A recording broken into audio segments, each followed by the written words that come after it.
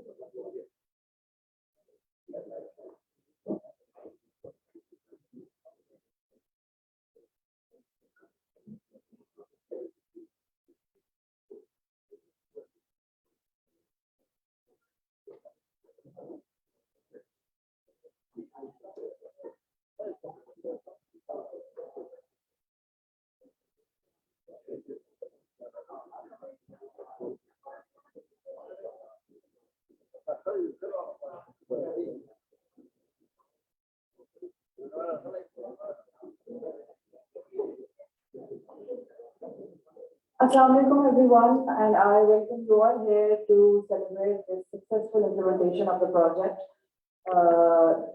that has been initiated in 2020 to battle this global monster that we call this global pandemic COVID-19. And I'm very glad to see that 80% of people in this hall are wearing masks and are following SOPs. You must be thinking, why am I not wearing a mask? I have it on my wrist, but I'm not wearing a mask because I just came out of COVID 2 weeks ago. So probably I am in this room, I'm the most safest person, to engage with.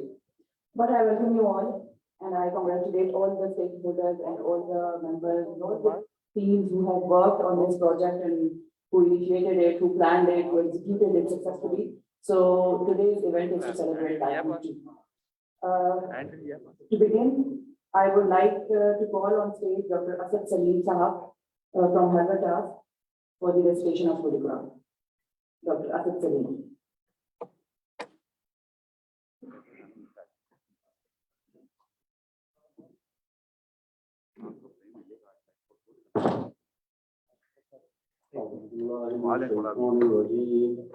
بسم الله الرحمن الرحيم قل هو الله أحد الله الصمد لم يلد ولم يولد ولم يكن له كفوا أحد صدق الله العظيم.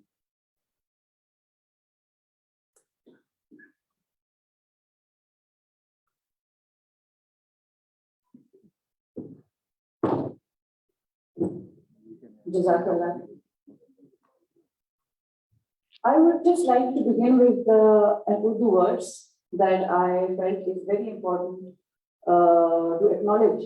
It is basically very important to acknowledge those people who have been of great support in this global pandemic to the humanity. जो hubs के मौसम में हवा बांट रहा है, जो hubs के मौसम में हवा बांट रहा है, उस शख्स के हाथों का हुनर याद रहेगा. So all those people who have worked day and night, who have spent their time away from their families, working for people and their well-being, especially mental health of people was tremendously impacted during this pandemic. I myself have stayed for 3 weeks in isolation because I was getting myself tested again and again and I wasn't, coming out negative. So my parents were paranoid. My father is a diabetic patient, so he was very paranoid. So he wanted me to stay upstairs. They used to, treat me like some alien, as if I'm not his daughter. But this is how everybody has been. Those who have been suffering in isolation is another level of misery. And those, their families who are not basically isolated, they are together living downstairs or other parts of the homes, but are still suffering because they know their children or their parents are under isolation because they are COVID positive. So everybody, every single person, whether positive with COVID or negative with COVID, have suffered in different ways. So this event is very important. I myself conducted a program with Dr. Farhan Ahmed, with Farhan Sahab, and we covered the campaign #Ehtiyat. It was very difficult for media to, make people realize that how important it is to follow SOPs because there were several myths about it. My driver came to me one day and he said, "I'm not going to get myself vaccinated." I asked him why. So he said, "I've heard people were talking in the market that whoever is getting that injection administered by the government, they are going to die after 2 years." So I was asking him, if everybody is eventually going to die, if all of the people are going to die, what are you going to live for? I mean, are you going to live in this world all alone? And he smiled at me and he looked at me and he said that I am still very skeptic about the vaccine. I said, if you want to work, you have to go get vaccinated. So there were several myths regarding COVID-19. Government faced tremendous issues, NGOs, INGOs, working for the well-being of people and to support the government. Everybody faced several challenges, but we will talk about challenges, lessons learned during this successful implementation of this project led by HSB with a consortium of 7 INGOs. And for that, and for the opening and welcoming remarks, I would now invite on stage Mr. Farhan Ahmed Khan, the country director from HSB, to welcome you all to this August event.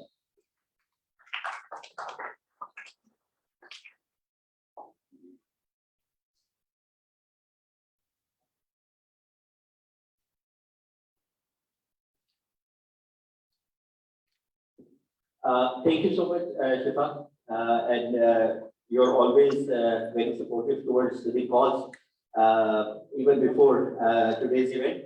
My name is Farhan Ahmed Khan, and I'm the country director of CESPI, which is an Italian international organization. And we are leading this consortium of overall 7 international organizations. You can see the name here. And I have to call them as well because they were very supportive throughout the project. And to be honest, I don't call ourselves the frontliners because the frontliners are the doctors and the paramedics who were dealing in it. But I think we were the second benchers, being the humanitarian workers, always supportive. And I myself was doing a monitoring mission in Haripur, where we established an HDU, which was not established for last 70 years. And I come to know that I am inside a COVID isolation ward when they tell me that this is the COVID treatment ward, and I was already inside. So, things like this happen. I myself contracted the virus a couple of times. My family contracted the virus. My mother got it twice. But, we decided that we, always put label of being humanitarian. This is the testing times where the country, where the people need us. So we come forward and we just try to contribute in this. So to name Acted was one of the partners to basically implement this project. They were doing the project implementation in Sindh.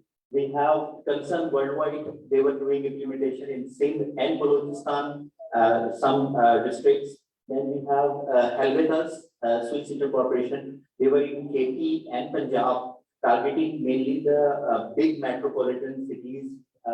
Then, of course, International Medical Corps or IMC was our partner, and they were doing basically the technical support to all the partners and looking after the quality assurance, because this is the first time the whole globe has seen this pandemic, and we don't know what this BiPAP or CPAP or cardiac monitor is. Being humanitarian for 20 years, I've never ever heard this word, because this is an unprecedented, pandemic, a public health emergency. We don't even call it a humanitarian crisis. So we have to take a partner who knows this ball game, and thanks to IMC, they come forward and they actually supported us from the health side, from the technical side of the health component. Then we have MDN France, Vakasa is here, thanks to MDN, they supported us in the implementation. And they were doing the project implementation in South KP.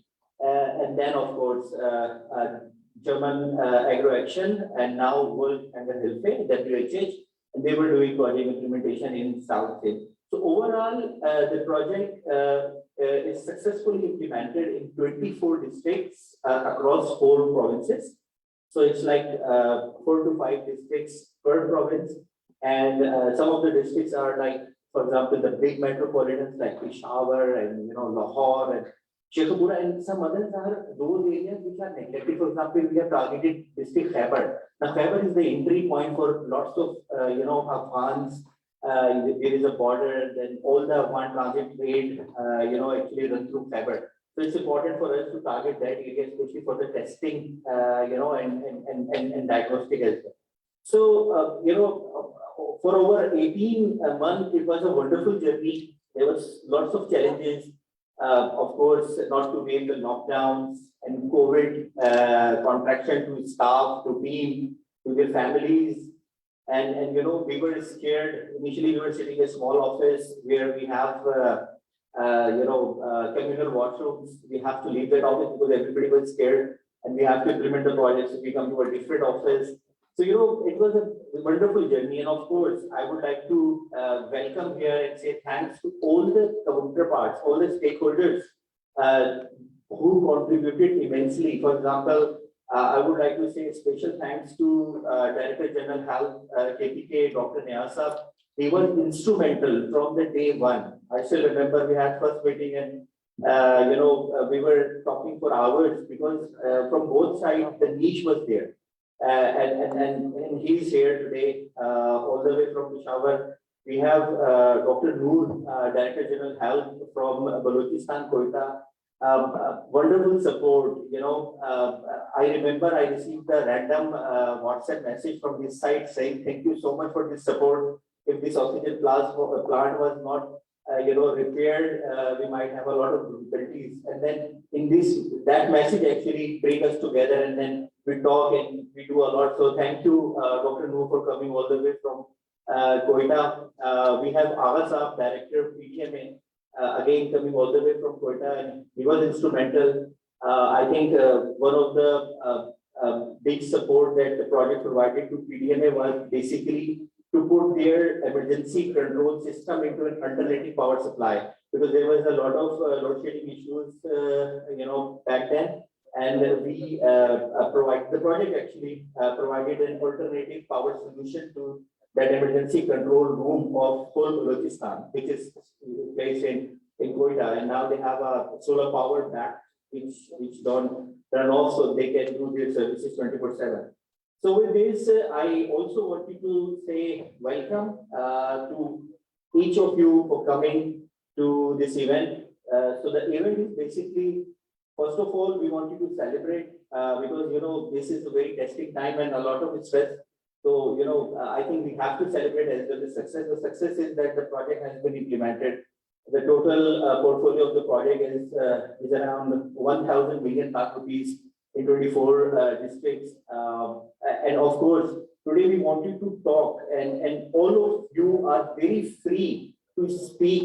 Even if you want to say something critical, please feel free. Let us know. There would be people recording the minutes of today's event. We want you to know what could have been done better. From our side, we tried our level best, but of course, we are humans. We might have done a lot of mistakes. We might have done things better. So feel free to raise your hand. There would be my team coming to you with a mic, and you can definitely speak. You can add anything. You can share best practices. There are country directors of other international organizations available. I can see Humility and Inclusion. I can see Relief International and others. So please feel free to share your feelings. I can see Fayasa from Artisan is here. Thank you. So please do contribute to this event, and let's try to have a fruitful couple of hours. We'll try to finish the event by the lunchtime, 12:30, 12:40. So until then, thank you so much. And once again, a very warm welcome. Over to Shikha.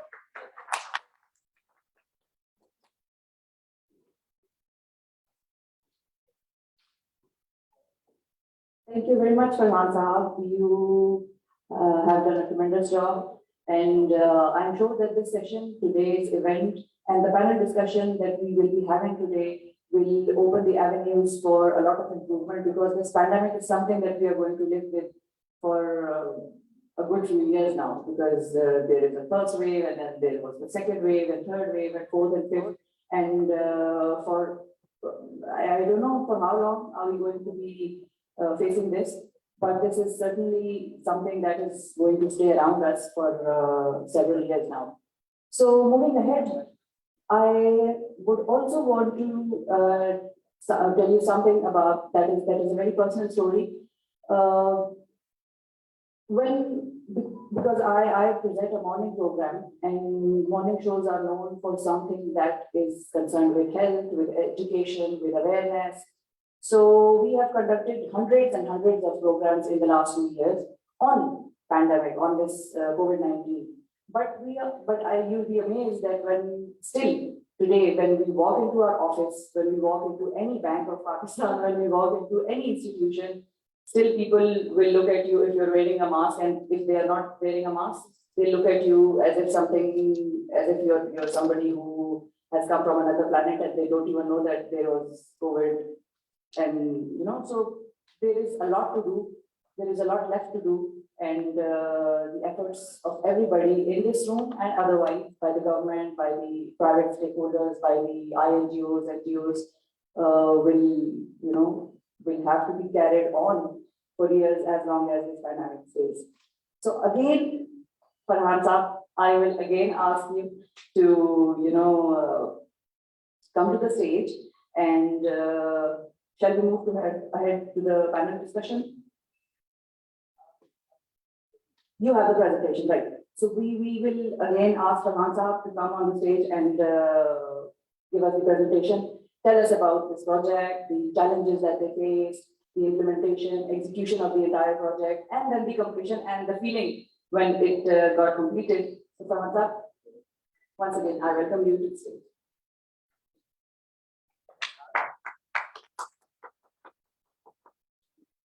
I'm sorry to be here 1 second. I swear this is the last time. Actually, last time for today's event. We have prepared a presentation of the project, which covers the activities that we have implemented throughout this 18 months time duration, and implemented by all partners. So WHH, Concern, Acted, IMC, Helvetas, and MDM, and of course CHP as well. We all contributed. There was some component of the project which is being taken care by one specific organization because they can do it better than others. There is another component which is taken care of another organization because they are more expert in that. So it was a collaborated effort, and I think because of this harmonization and complementing each other, today we are here and we are sort of doing this conclusion of the project. So I'll run you through with a quick presentation. I don't know if you can see the screen. I think it's clear, but I just wanted to request to these people if they can turn off these lights maybe, so the visibility will increase. These four lights on the right and left. Okay, fine.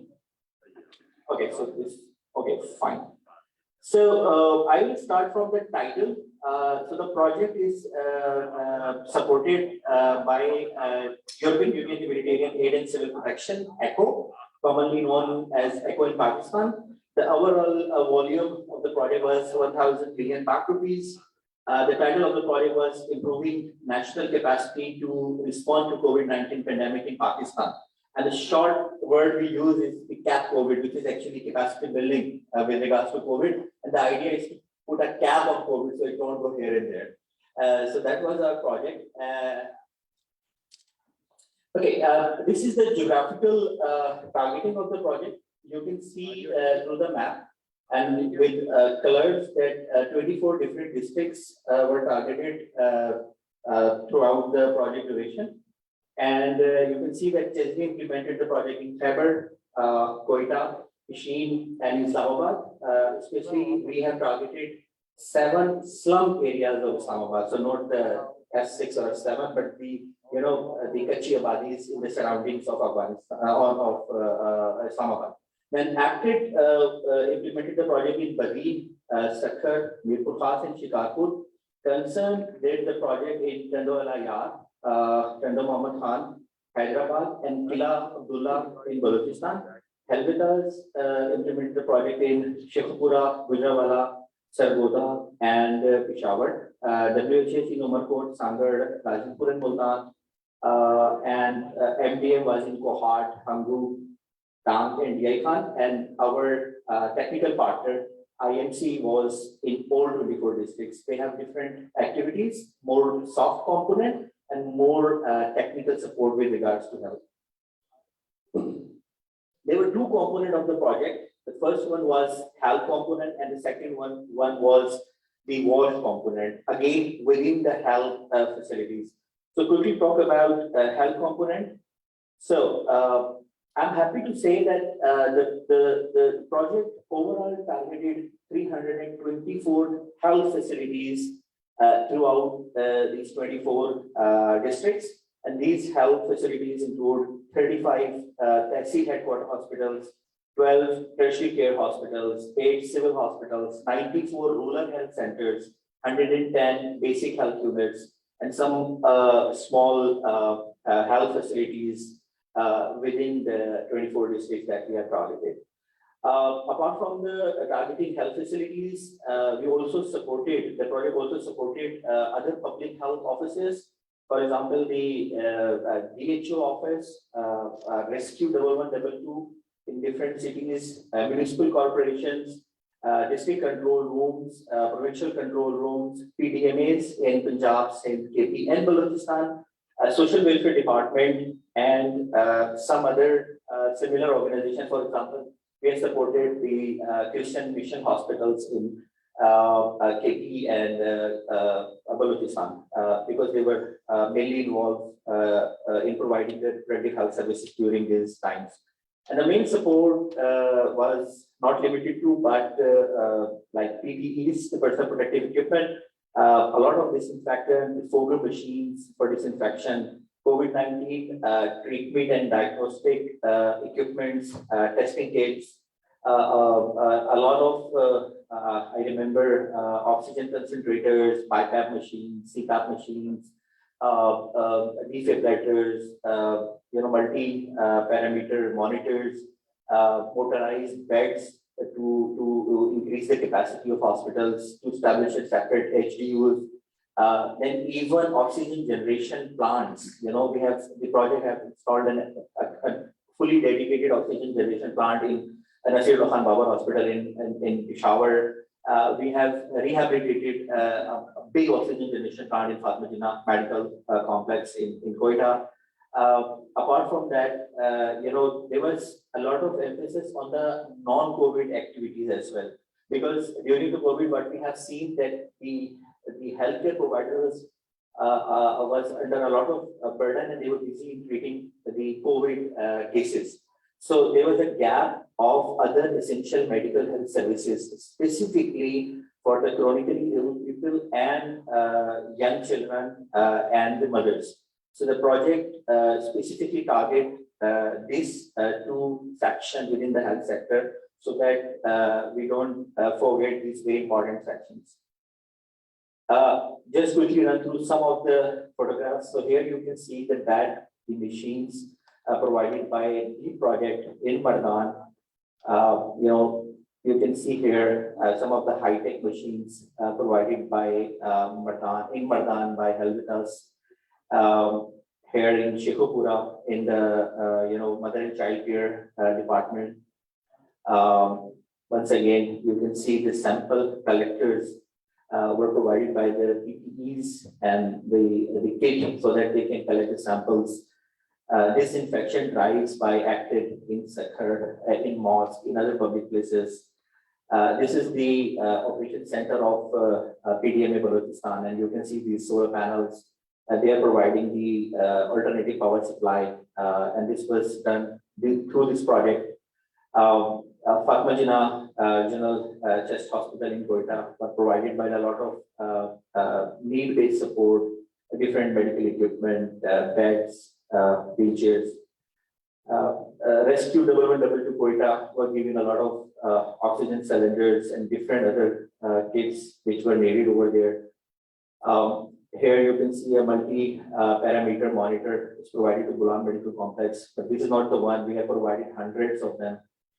Again, wheelchair and some other equipment provided to the hospitals. This is the centralized oxygen supply system installed by the project in one of the first designated COVID hospital in the province of KPK, which is the Nasirullah Khan Baba Memorial Hospital. The hospital is there for I don't know 50 years maybe, but they don't have an oxygen supply system. But now, thanks to the project, thanks to the donor, of course, European Union Civil Protection, now they have the system installed, and as many as 50 beds are provided with this oxygen for any emergency support. Here you can see Punjab Emergency Services, Health is supporting them with a lot of PPEs. This is the oxygen plant in Quetta, and it was not working when the pandemic hit. And since the government run through specific budget lines, they don't have the budget. And we all know that in the bureaucracy, by default, it takes a lot of time to get the approval and to get it fixed. And at that time, the whole oxygen of Balochistan was coming from Karachi all the way. So taking almost 18-20 hours. But immediately the plant was fixed. I think it took not more but 1.5 million or something like that. But then the plant was working and providing oxygen.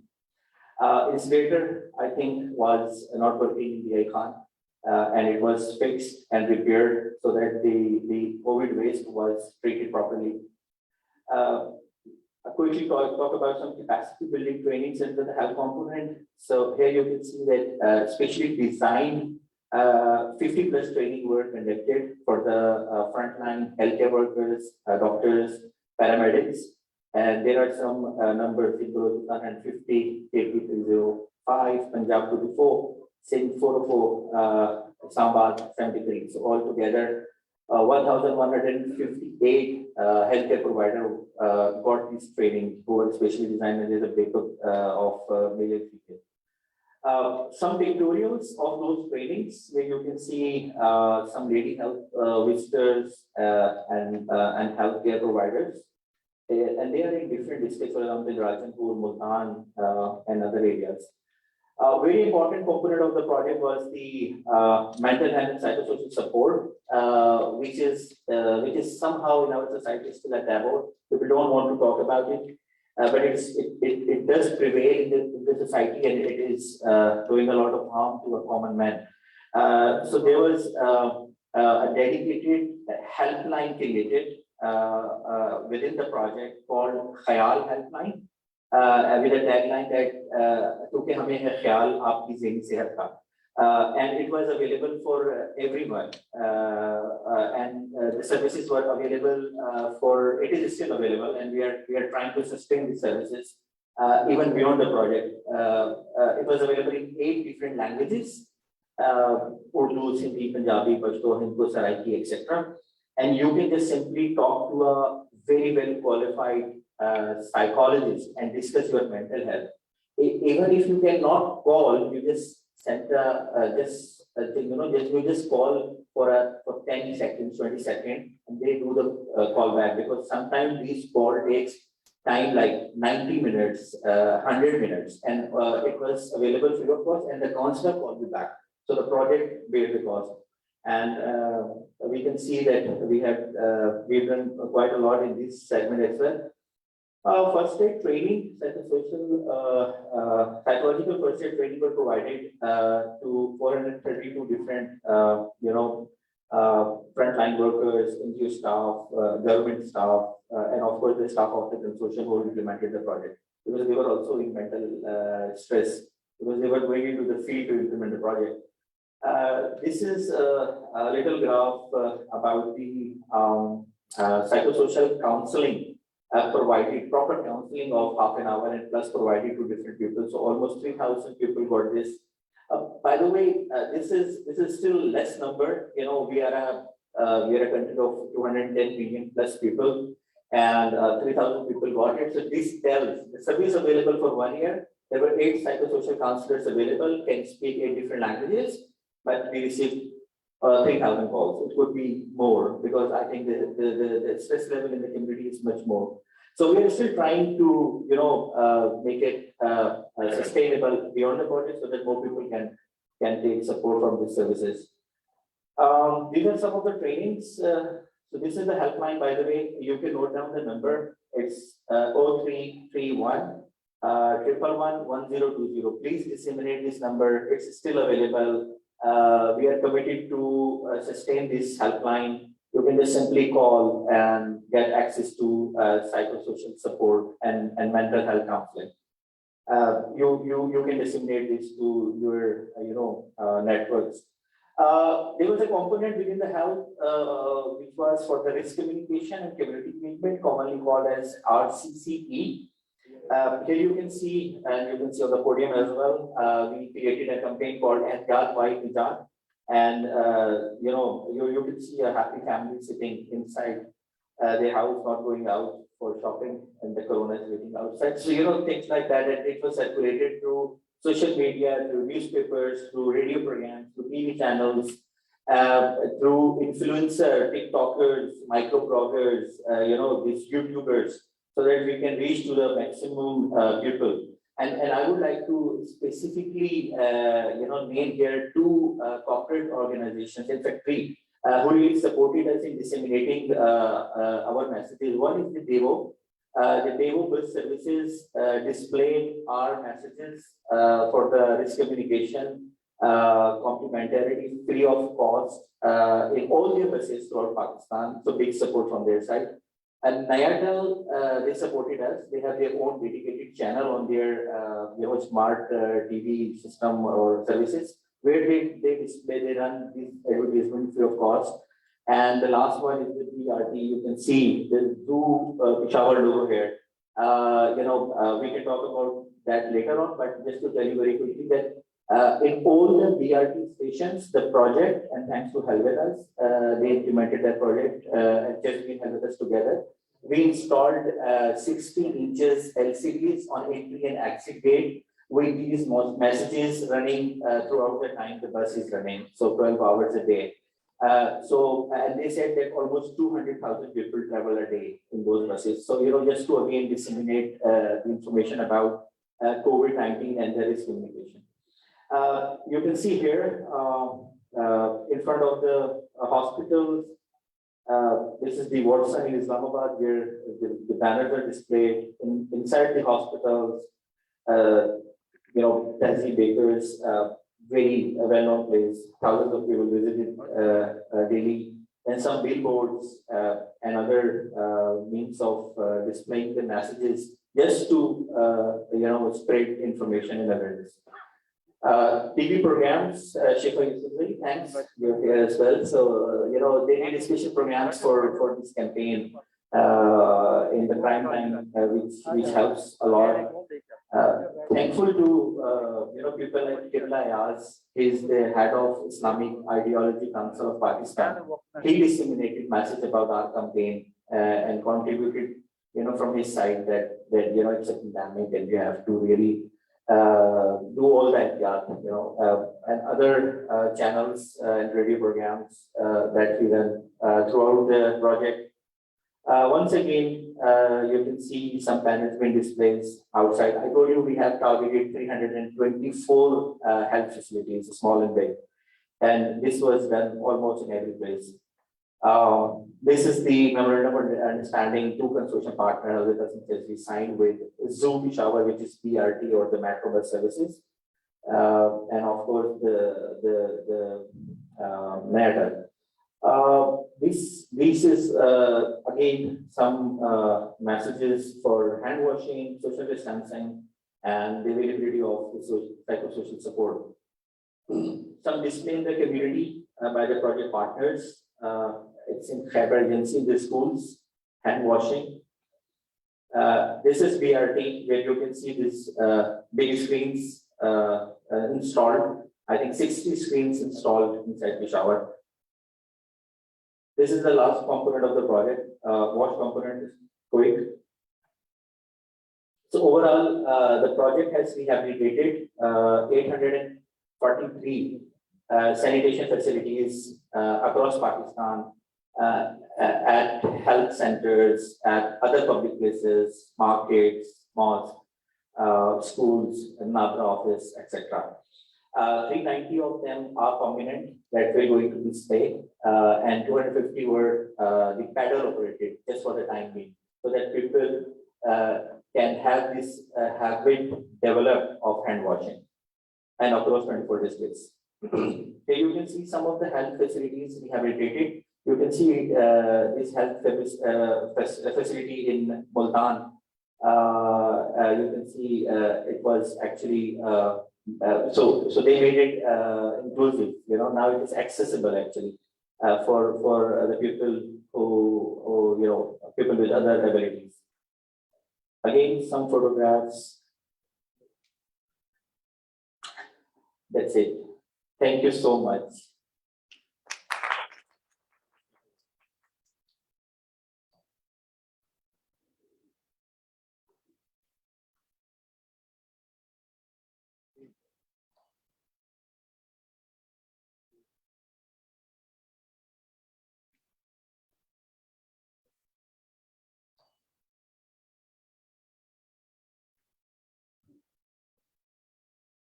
Thank you, Farman Saab, for this thorough presentation. And then eventually, when we were planning this entire, ceremony, we planned it to be a bilingual conversational thing, but we have carried it on in English, entirely in English. So I'll switch now in Urdu, and now we move towards the panel discussion. And I will like to call my distinguished panel on the stage, so that we can talk more in depth about this project, its implementation, execution, challenges, and challenges and anything that has went wrong or could have been done differently. So हम panel discussion की तरफ बढ़ते हैं, और मैं दावत दूंगी stage पर हमारे जो distinguished panel के guests हैं, और फिर उनसे हम सवाल जवाब करेंगे. After the panel discussion, we will open this forum for you as well, so you can ask questions, you can comment, make comments, and you can do that both in English and Urdu, whatever you're comfortable in. So I will invite my first panelist on the stage, Ms. Aisha Jamshed, Country Director, WHH. In आपकी भरपूर तालियों में Ms. Aisha Jamshed Taiwan.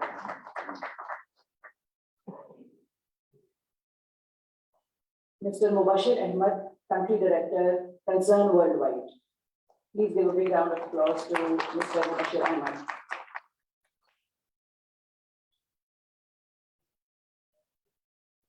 Mr. Waqas Ahmed, General Coordinator, NDM.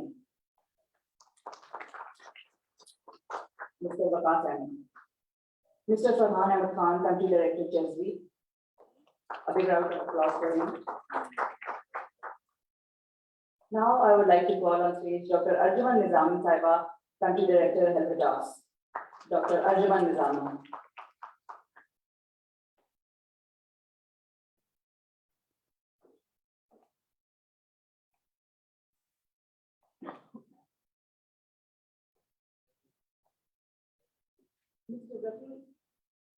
Mr. Rafiullah Khalid, Coordinator, MHPSS IMC. Mr. Rafiullah Khalid. And finally, Mr. Sarfaraz Ladni, CD, Country Director, Active. Mr. Sarfaraz Ladni. So now we'll begin with our panel discussion, and afterwards you can ask questions, whatever language you're comfortable in, Urdu or English. The floor will be open for both of you, for all of you.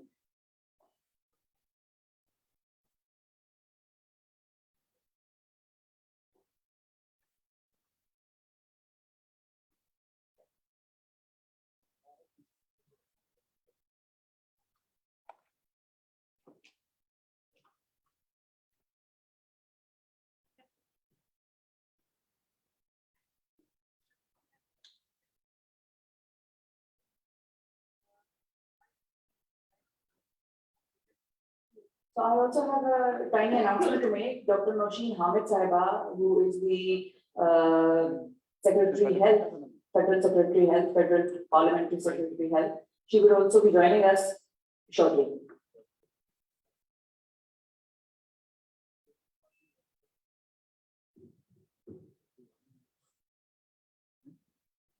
Thank you everyone for joining us today at this completion ceremony, and hats off to all of you, your teams.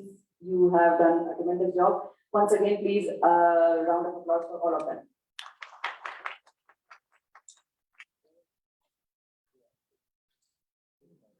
So I'll start with Mr. Waqar Saab.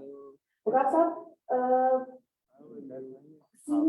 let's talk about the current trend right now, because we are going through the fifth wave of COVID, which is not too lethal, not too fatal, but it is spreading, spreading fast.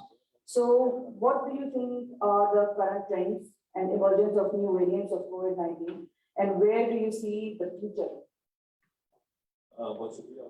Thank you, sir.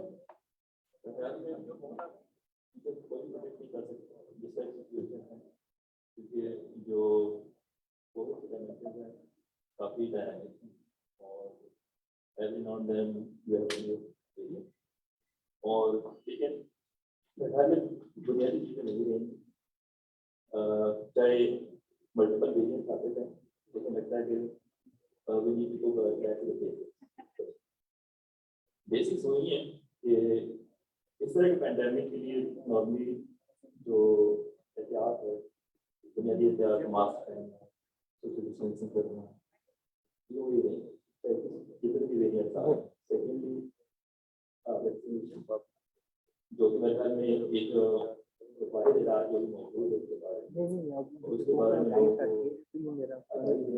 ज़्यादा से ज़्यादा vaccination के बारे में बात करना मुख्तलिफ channels के ऊपर इस फोरम के ऊपर और मेरे ख्याल में ये बुनियादी दो चीज़ें हैं जो कि हम लोगों को कम्युनिकेट कर सकते हैं प्रोटेक्ट करने के लिए और इसके अलावा मुझे और कोई जरूरत नहीं है सेकेंडली मेरे ख्याल में पाकिस्तान जैसे मुल्कों के अंदर जहाँ पे रिसोर्सेज जो है very limited government and private level और लोगों की capacity in terms of help की उसमें operation between public and private और organisation like NGO INGO local NGO से कॉपरेशन बहुत जरूरी है तो फ्यूचर के लिए मुझे लगता है कि इस कॉपरेशन को यूज करने के लिए क्योंकि मुझे लगता है कि कितना बड़ा चैलेंज है कितना बड़ा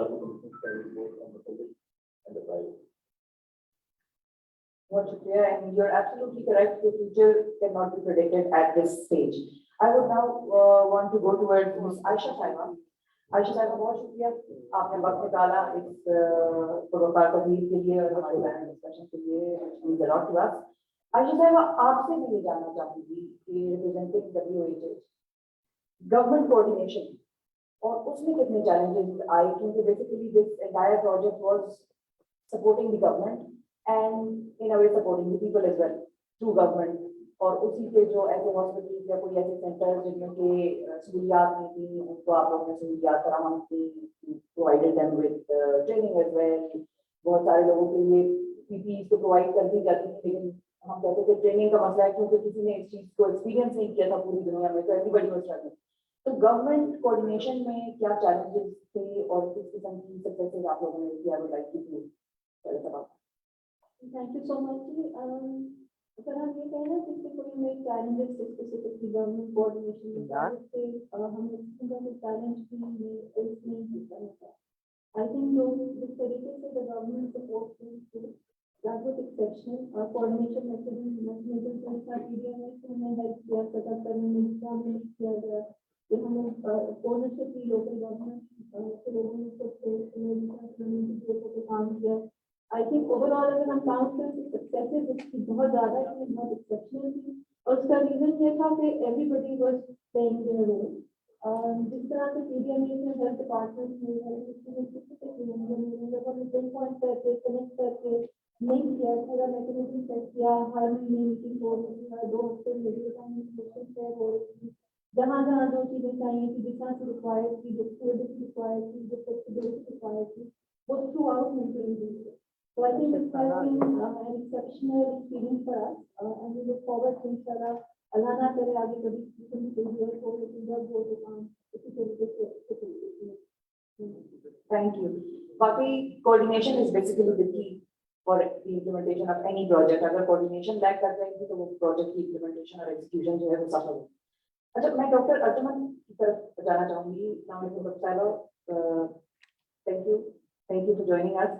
डॉक्टर साहब, ओवरऑल इम्प्लीमेंटेशन के चैलेंजेस, क्योंकि ऐसा है कि ये चीजें जितना नया था और दुनिया की हम तो ये कहते हैं कि ज़ाहिर है पाकिस्तान एक स्पार्स रिसोर्सेज वाला मुल्क है, जहाँ पर हमारे पास मतलब हम नहीं कह सकते कि अनलिमिटेड रिसोर्सेज हैं, लेकिन फिर वो वाले ममालिक जिन्होंने हमेशा अपने निज़ामों पे बड़ा फख्र महसूस किया, हम भी उनको देखकर we look up to them, और हम चाहते हैं कि वैसे निज़ाम हो, उन्होंने भी घुटने टेक दिए.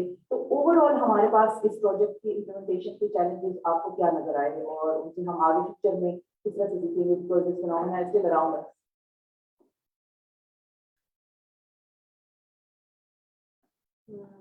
Thank you, Shifa. Thanks to the earlier panelists. उन्होंने काफी good points को रखे जो कवर करना चाह रही थी. Challenges जो हैं, I mean, you may have seen from the presentation right from the beginning. This project was meant to build capacity to deal with this menace, which is called COVID, and we are still managing it.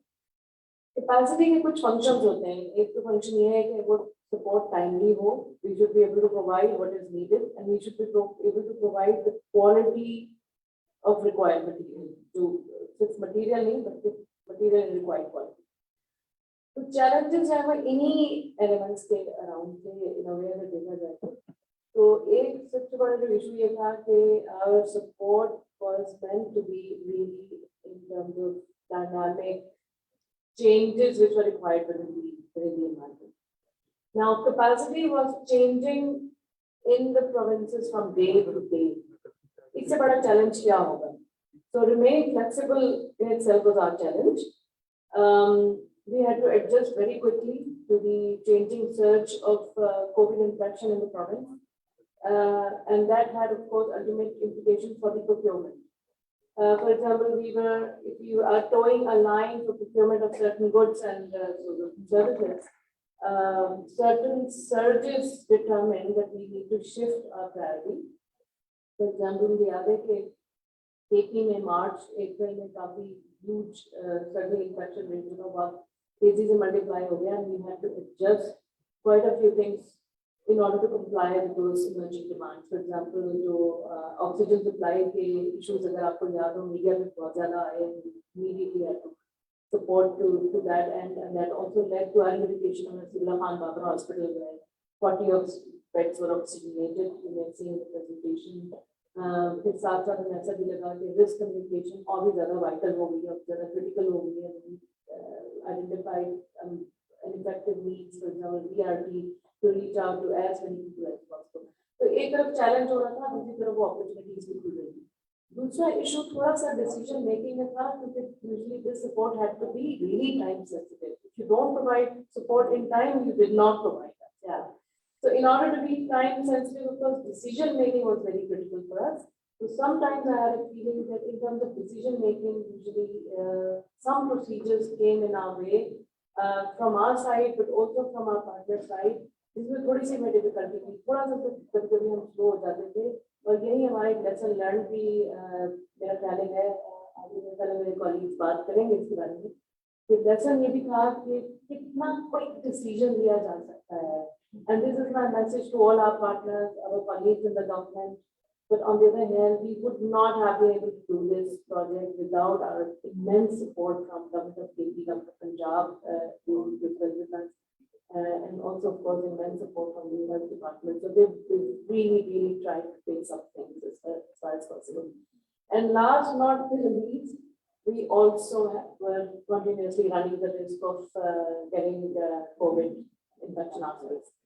And we had such instances in our staff, and we feel guilty that because of us also in our families. Unfortunately, also 2 casualties within our staff's families. But ये risk तो हमें लेना था, because if we were to provide support, certain risk had to be taken by some people, and we are glad that we finally came out with this and we managed it. You deserve a great round of applause, especially after what you told us about your family and people of those who suffered because of COVID pandemic. Farhan sir, आपकी तरफ मैं आऊंगी कि as the ma'am also mentioned, procurement issues हैं, she very aptly मतलब उन्होंने बड़ा aptly उसको summarize किया कि अगर support time नहीं provide नहीं हुई तो फिर support provide नहीं। तो हमें उसमें क्या challenges आए और जो हमने इस situation के साथ अब adapt करना था कि हमने खुद को program उस तरह से करना था कि भाई हमें वो चीजें टाइमली नहीं पहुंचे लेकिन borders भी बंद हो रहे हैं, बाकी ममालिक में क्योंकि लाखों केसेस आ रहे थे America, Canada, France, Germany, England, वो ममालिक जिनमें फ्लाइट्स का this is what happens to you after you got COVID. So I'm negative, nothing to worry about, but this is what you suffer for quite some time. लेकिन borders बंद हो गए, supply chain के issues आ गए, बहुत सारी चीजें जो हमें बाहर से मंगवानी थी, PPE मिसाल के तौर पे या vaccinations वो नहीं आ सकी, डिले हो गई। इस पे आपका क्या कमेंट है, क्या कहेंगे इस पर और इसके साथ कैसे आप लोगों ने खुद को अडैप्ट किया इस project? Thank you once again. I think मैं डॉक्टर साहब की बात को आगे लेके चलूंगा कि हमारे लिए जो सबसे बड़ा चैलेंज था वो फ्लेक्सिबिलिटी थी और एडेप्टेशन था। और जो लोग इस सेक्टर को जानते हैं, ये जो फंडिंग होती है टैक्स पेयर्स मनी होती है यूरोप से, और इसके साथ काफी जो ये प्रोजेक्ट हमने किया इसके साथ काफी लीगल बाउंडिंग्स थी। आपके पास इतनी आसान नहीं था आप चीजों को मनूवर करें। So you have to be you have to respect certain rules, legal bindings, and then you have to also cope with the evolving COVID situation. So ये challenge हमारे साथ था, but I would like to again thanks our donor ECHO जिन्होंने हमें back किया, support किया, flexible रहने की इजाजत दी। और हमारे लिए ये था कि हम लोग situation analysis कर रहे थे। For example मैं आपको बताना चाहता हूँ कि we started the plan. The initial plan was कि चाइना से PPEs लेंगे, PPEs बहुत नापैद है, पाकिस्तान एयरफोर्स से रिक्वेस्ट करेंगे एक जहाज दें, they said कि बिल्कुल देंगे। DMA चेयरमैन से बात हुई कि आपको हम एक C-130 देंगे और सारा C-130 2 या 3 सॉर्टीज के थ्रू सारा PPEs लाके डिस्ट्रीब्यूट कर देंगे। नेक्स्ट डे वज़ीर आज़म ने 81 अरब रुपए अप्रूव कर दिए, तो वो सेकेंडरी चीज हो गई। हमारी सारी प्लानिंग 2 हफ्तों की जाया, then we move to something else. फिर ये बात आई कि आप हॉस्पिटल्स में जाएंगे और उनको मेडिकल इक्विपमेंट देंगे। वो इक्विपमेंट जो मिलता ही नहीं था, मतलब 10,000 वेंटिलेटर के ऑर्डर्स मुझे याद हैं 2021 के स्टार्ट में अमेरिका ने प्लेस किए थे पूरी दुनिया में, और वेंटिलेटर आपको मिलता नहीं था, क्वालिटी मॉनिटर्स आपको मिलते नहीं थे, आपकी जो फ्रेट था वो बंद था, बॉर्डर्स बंद थी, एयरलाइंस नहीं काम कर रही थी, रोड फ्रेट नहीं हो रहा था। तो बहुत बड़ा डायलेमा था कैसे करें। बर्डन ये था कि we have the money, this is the time. तो हम लोग मतलब हर जगह जाके ये सोचते थे कि ये पैसे खर्च कैसे करने, क्योंकि बहुत बुरा होता कि आपके मुल्क में, आपके शहर में, आपके गांव में लोग इफेक्ट हो रहे हैं और इवन उनकी डेथ्स हो रही हैं, and you have a lot of money with you and you cannot spend it, क्योंकि दुनिया में बहुत सारी चीजें मुख्तलिफ हो गई थी। बट अल्हम्दुलिल्लाह पैशन था, डेडिकेशन थी, कमिटमेंट थी, टीम की सपोर्ट थी, गवर्नमेंट ऑफ पाकिस्तान की बहुत ज्यादा अमेजिंग। उसकी वजह से वी हैव मैनेज। और जिस भी तरह गलतियां हुई होंगी, एक गलती मैं शायद बताना भी चाहूंगा, हमने सीखा उससे। मतलब व्हाट वी डिड कि हमने हाईटेक मेडिकल इक्विपमेंट प्रोक्योर किया जर्मनी से, इटली से, और वो हॉस्पिटल्स को दे दिया और उनको ट्रेनिंग भी करवा दी। हमने ये ख्याल नहीं किया कि इन हाईटेक मेडिकल इक्विपमेंट को एक खास फ्रीक्वेंसी के बाद कॉर्टेजेस चाहिए, रिएजेंट्स चाहिए, लिक्विड्स चाहिए, जो फिर जर्मनी से मंगाने पड़ेंगे और पाकिस्तान में अवेलेबल नहीं। तो जब वो 1.5 या 2 महीने गुजरे, उसमें टेस्ट हुए, मशीन ने कहा कि मुझे कॉर्टेजेस चाहिए, तो हमारी प्लानिंग नहीं थी। दैन पे गवर्नमेंट के साथ अगेन निगोशिएट किया कि ये तो बजट में नहीं था, 3 महीने के आप मंगाए, 3 महीने के हम मंगाते हैं। तो ये एक मजे का सफर था, बहुत कुछ सीख रहे थे, बहुत कुछ, मतलब मैं मेडिकल इक्विपमेंट के बारे में काफी कुछ जानता हूँ, बोल रहा हूँ, बट मेरा कोई मेडिकल बैकग्राउंड नहीं है, क्योंकि सीखा इससे। तो आई थिंक मैं ये समझता हूँ कि हमारे प्रोजेक्ट का चैलेंज भी और हमारी सक्सेस भी ये थी कि हम इवॉल्विंग सिचुएशन के साथ अडॉप्ट कर रहे थे और अपने प्रोजेक्ट को हमने जहाँ नीड्स आती थी उस तरफ हम उसको मोल्ड कर देते। For example PPEs was the first need, वो खत्म हुई तो फिर हॉस्पिटल इक्विपमेंट की तरफ चले गए, वो खत्म हुई तो ऑक्सीजन का क्राइसिस आ गया, ऑक्सीजन की तरफ चले गए। इस तरह से we just keep on changing. Thank you. बिल्कुल जी, बदलाव जरूरी है और जब इस किस्म की कोई सिचुएशन आती है, नागवानी आती है, तो हमें उसके साथ एडजस्ट करना पड़ता है इस तरह से कि हमें उसका नुकसान कम से कम पहुंचे। लेकिन कोविड-19 में सबसे ज्यादा एक जो इम्पैक्ट आया लोगों की जिंदगियों में वो था मेंटल हेल्थ। और जाहिर है ये वो बीमारी है कि आपको कोई बीमारी होती है, खुदा ना खास्ता, तो आपकी फैमिली आपके साथ होती है, लोग आपको मिलने आते हैं, you start feeling better, but this was something that nobody could meet you, nobody, even your family members, just in a way ostracize you, and you are yourself forced to ostracize yourself if you love your family. तो mental health पे बात करेंगे। Let's talk about mental health now. Rafiullah साहब की तरफ मैं जाना चाहूंगी, आईएमसी से कोऑर्डिनेटर हैं mental health psycho social support के। सर ये बताइए कि किस तरह से मेंटल हेल्थ लोगों की इम्पैक्ट हुई कोविड-19 से, और उसमें आप लोगों का किरदार कैसा रहा, और उसके हवाले से आप लोगों को क्या चैलेंजेस आए, क्योंकि मेंटल हेल्थ एक ऐसा सब्जेक्ट भी है कि लोग मानते नहीं हैं, वो स्ट्रेस होते हैं, वो दबाव का शिकार होते हैं। आप उनको कह भी रहे हो कि शायद तुम आराम कर लो, रेस्ट कर लो, तुम हेल्प ले लो किसी से जाके बात कर लो, काउंसलर से, लेकिन वो कहते हैं नहीं मैं ठीक हूँ। एक वो भी एक हमारा टैबू है, बात उसको नहीं करना चाहते। तो सर ओवर जी बिल्कुल, जैसे आपने कहा mental health overall and not only in Pakistan but globally एक टैबू, एक स्टिग्मेटाइज्ड काइंड ऑफ सर्विसेज हैं कि अगर आप लेना चाहें तो पता नहीं लोग आपके बारे में क्या कहेंगे। तो वही यहीं पे भी हुआ, और जैसे फरहान साहब ने प्रेजेंटेशन में भी शेयर किया कि 21 करोड़ की आबादी में सॉरी, अगर आपको सिर्फ 3000 लोग कॉल करते हैं तो आप उससे अंदाजा लगा लें कि कितना स्टिग्मेटाइज समझी जाती है इन सर्विसेज को, but still we were manage कि हम ये सर्विसेज दें, फ्री ऑफ कॉस्ट दें, और हमारे साइकोलॉजिस्ट भी उसके लिए मौजूद रहे। इसके अलावा जैसे आपने कहा कि क्या इफेक्ट्स हो सकते हैं, तो वो हर एक इन इफेक्ट से गुजरा है, चाहे हम माने या ना माने। बहुत सारे जब हम हेल्थ केयर प्रोफेशनल्स को हम ट्रेन कर रहे थे और उनसे जब हमारी बातचीत हुई तो उन्होंने कहा कि जी हम जब वापस घर जाते थे तो हमारे अपने घर वाले और हमें ये फीलिंग आती थी कि हमें डिसोन कर रहे कि पहले जाके नहा लें और फिर वापस आए और हमसे दूर रहे। मतलब आपसे हर बंदा, आपके यार दोस्त वो पीछे रहते, वो आपके पास नहीं आते। तो इस किस्म की चीजें हुई। फिर इसके बाद जो सर्विसेज हमने दी और जो 3000 लोगों को MHPSS की सर्विसेज प्रोवाइड की, अगर उसका आप डेटा एनालिसिस करें तो जो हमारे पास सबसे मेजर सिम्टम्स जो आए वो वरी, उसमें स्लीपलेसनेस, उसमें हेल्पलेसनेस, होपलेसनेस, इस किस्म के सिम्टम्स जो हैं वो मेजरली हमारे पास आए।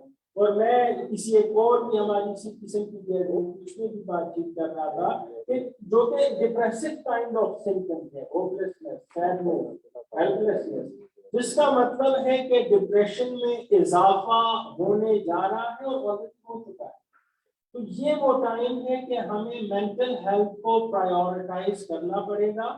पाकिस्तान में जैसे केपी का मुझे स्पेशली इल्म है कि वहाँ पे specific MHPSS department already establish है और वो ये सर्विसेज बड़े अच्छे तरीके से दे रहे हैं, और शायद और भी जो प्रोविंसेस हैं वो भी इसी तरीके से दे रहे हैं, लेकिन इसको अब प्रायोरिटाइज करने की जरूरत है। हमारी सर्विसेज ख्याल हेल्पलाइन हमने स्टार्ट की और उसमें हमारे पास 8 साइकोलॉजिस्ट थे जो कि लोकल लैंग्वेजेस में ये सर्विसेज प्रोवाइड कर रहे थे विद दी हेल्पलाइन नंबर यहाँ पे आप लोग के साथ हमने शेयर भी किया, फ्री ऑफ कॉस्ट की। आप कॉल करें और उसी वक्त अगर आप मिस्ड कॉल भी देंगे तो आपको कॉल आएगी और आपको वो सर्विसेज दे दी जाएंगी। फिर आउटरीच हमारे लिए इशू था, उसमें हमारे पार्टनर्स ने हमें बड़ा सपोर्ट किया। RCCE कैंपेन्स हमने चलाई 2 फेजेस में, जिसमें फर्स्ट फेज में हमने सोशल मीडिया फील्ड में जो टीम्स थी उनको यूज किया, PHF NHM के फोरम्स को हमने यूज किया। फिर उसके बाद जो दूसरे लेवल पे हमने अपनी बहुत बड़ी कैंपेन एहतियात वाहिद निजात है उसको हमने लॉन्च किया और डिफरेंट प्लेटफॉर्म्स को हमने यूज किया, जिसमें सोशल मीडिया, डिजिटल मीडिया, से लेके रेडियो, टेलीविजन, हमने गूगल एड्स के हवाले से भी काम किया ताकि वो जो पाकिस्तान के अंदर जितने भी लोग हैं उनको टारगेट, और तकरीबन 1.8 मिलियन लोगों को हमने उसके थ्रू टारगेट किया। और उसका असर ये हुआ कि ना सिर्फ पाकिस्तान बल्कि जो हमारे नेबरिंग कंट्रीज हैं, अगेन क्योंकि इस सर्विस की बहुत ज्यादा जरूरत है, तो हमें नेबरिंग कंट्रीज से भी कॉल आए, मैसेजेस आए, देखिए हमें सपोर्ट चाहिए, और वो सपोर्ट हमने प्रोवाइड की। तो चैलेंजेस आई, लेकिन हम सारे पार्टनर्स ने मिलकर बड़े अच्छे तरीके से इसमें काम किया, टैकल किया। But obviously this is the beginning as far as MHPSS is concerned.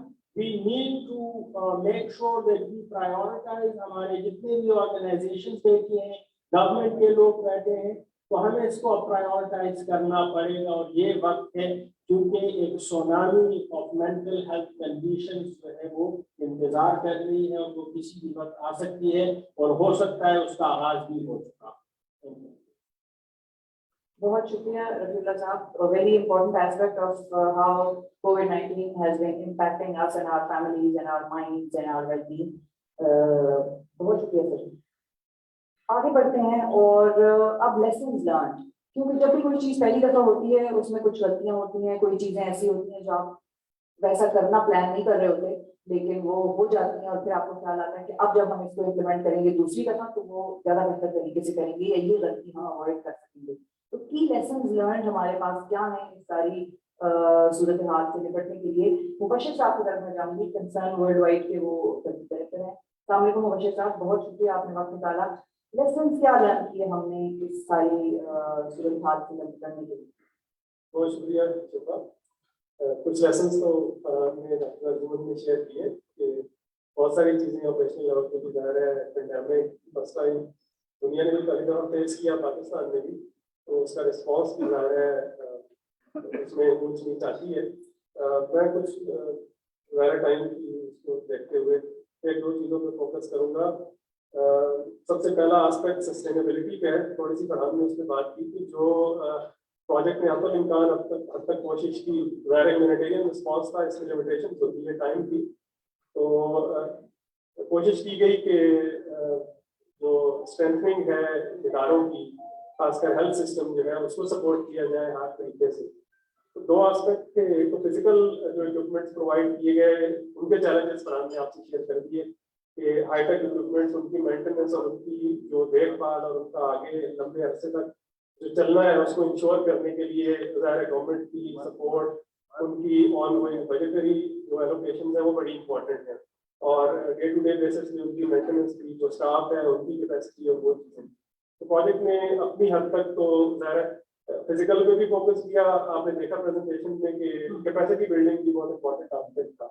तो मैं ये समझता हूँ कि इनबिल्ड किसी न किसी तरीके से किया गया, लेकिन स्टिल भी एक चैलेंज है कि किस तरह से, क्योंकि पेंडेमिक खत्म नहीं हुआ, चल रही हैं चीज़ें, और ज़ाहिर है वेव पे वेव आ रही है, तो जो चीज़ें दी गई हैं वो फिर भी लिमिटेड है, उनका किसी हद तक जो है ना एग्जॉस्ट हो जाना, खराब हो जाना. तो हम ये समझते हैं कि जो इंस्टीट्यूशनल जो कैपेसिटी है वो बड़ी इंपॉर्टेंट है.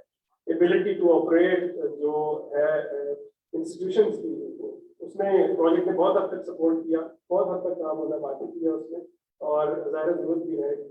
और जैसा कि ये पाकिस्तान की जोग्राफी है, दूर दराज इलाके हैं, हेल्थ फैसिलिटीज उनका जो स्प्रेड है वो बहुत ज़्यादा है, तो इसकी ज़रूरत रहेगी कि ये चीज़ें जो है न सिर्फ फराहम की जाए, बल्कि इनकी जो है देखभाल, उनके लिए ट्रेनिंग, और फिर कैपेसिटी बिल्डिंग खाली ज़ाहिर इक्विपमेंट को चलाने के लिए, बल्कि ओवरऑल कैसे टैकल करना है इसको, पेंडेमिक्स को कैसे टैकल करना है. ये भी एक बड़ा नया सब्जेक्ट है कि ज़ाहिर फ्लड को मैनेज करना, किसी और इमरजेंसी को मैनेज करना, जो कि हमारे टिपिकल सब्जेक्ट है.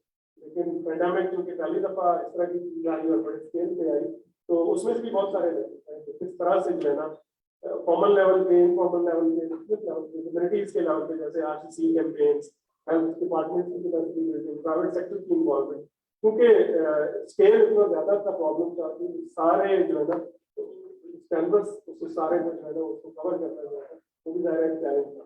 तो फ्यूचर में भी हम ये समझते हैं कि अगर रिस्पॉन्स करना है तो ये सारे एस्पेक्ट जो है इनको ज़ाहिर है मदद से खाते रखते हैं. एक और जो इम्पोर्टेंट बात सस्टेनेबिलिटी से हट के मैं समझता हूँ जो करनी यहाँ जरूरी है कि जब इस तरह की मुसीबत आती है तो सब दौड़ पड़ते हैं। तो जिसके पास जो होता है वो ज़ाहिर है उसको रिस्पॉन्ड करने की कोशिश करता है। तो गवर्नमेंट्स का जो की रोल है इसमें डिपार्टमेंट्स का वो ज़ाहिर है कोऑर्डिनेट करना होता है, रिस्पॉन्सेस को वेल स्प्रेड आउट करना होता है। तो इस तरह हमारे जैसे जो एक्टर्स हैं उनकी भी ये जिम्मेदारी होती है कि ऐसे इलाकों में जाएं जो इग्नोर्ड है, जो दूर दराज है, क्योंकि ज़ाहिर सिटीज अर्बन एरियाज में ज़्यादा फोकस होता है, हालांकि उधर जो है ना उसकी तवज्जो होती है, प्रॉब्लम्स भी वहाँ नजर आती है, मीडिया की अटेंशन नहीं होती है।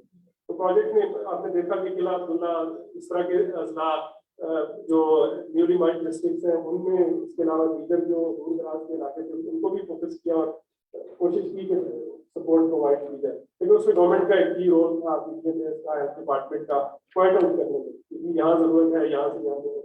तो ये भी एक एवर इवॉल्विंग सिचुएशन थी, क्योंकि इमरजेंसी में बड़ा हौच पौच होता है और इसको बड़ा केयरफुली देखना पड़ता है, क्योंकि इसकी आप जो है ना एक खेप लेके आप आ रहे हैं और पहले से वहाँ पड़े हैं, तो कहाँ जरूरत है कहाँ नहीं है। तो ये भी एक रियल टाइम जो है, ये भी एक लेसन है कि रियल टाइम इसकी प्लानिंग की जरूरत होती है और गवर्नमेंट के साथ जो है कि इसके लिए बड़ा जरूरी है रियल टाइम जो है कम्युनिकेशन और उनकी लीडरशिप बड़ी इम्पोर्टेंट है कि वो पॉइंट आउट करें राइट डायरेक्शन में, क्योंकि कोयटा में जरूरत नहीं है ऐसी आपके साथ चला जाए, आप आगे जाएंगे निकल जाएंगे। तो ये कुछ चीजें थी जो मैं ये समझता हूँ कि मैं सिर्फ अपने सीख के उनको बेहतर करने की कोशिश की, लेकिन फ्यूचर में भी बेहतरी की गुंजाइश है। गुंजाइश हमेशा रहती है, there is always room for improvement. और सबसे अहम बात आपने जो की कि गवर्नमेंट आपको बता सकती है बेहतर तरीके से, क्योंकि उसका फुटप्रिंट पूरे मुल्क में होता है, तो वो बेहतर बता सकती है कि कौन सी चीज की जरूरत किस अस्पताल में है या कहाँ नहीं है, वहां पर वेस्ट हो जाएगी, वहां पर ना दें कहीं और, उसको डायरेक्ट कर सकती है। और इसमें एनसीओसी का किरदार बड़ा अहम है और काबिल तारीफ भी है कि हमने जो डेटा सिस्टम मरतब किए उसकी डिमांड उनको बरतानिया जैसे मुल्कों से भी आ रही है। वो भी पूछ रहे हैं कि कैसे आप लोगों ने ये एनसीओसी में ये वाला डेटा डेवलप किया है कि रियल टाइम में आपको पता चल रहा है किस अस्पताल में कितने बेड्स रह गए हैं, कितने बेड्स हैं वो ऑक्यूपाइड हैं, कितने डॉक्टर्स पर फीकस अवेलेबल है कोविड वार्ड में। तो hats off to NCOC as well.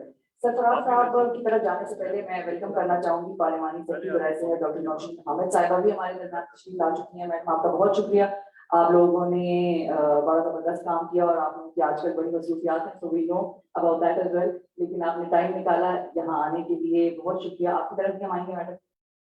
Sarfaraz साहब कंट्री डायरेक्टर एक्टिव।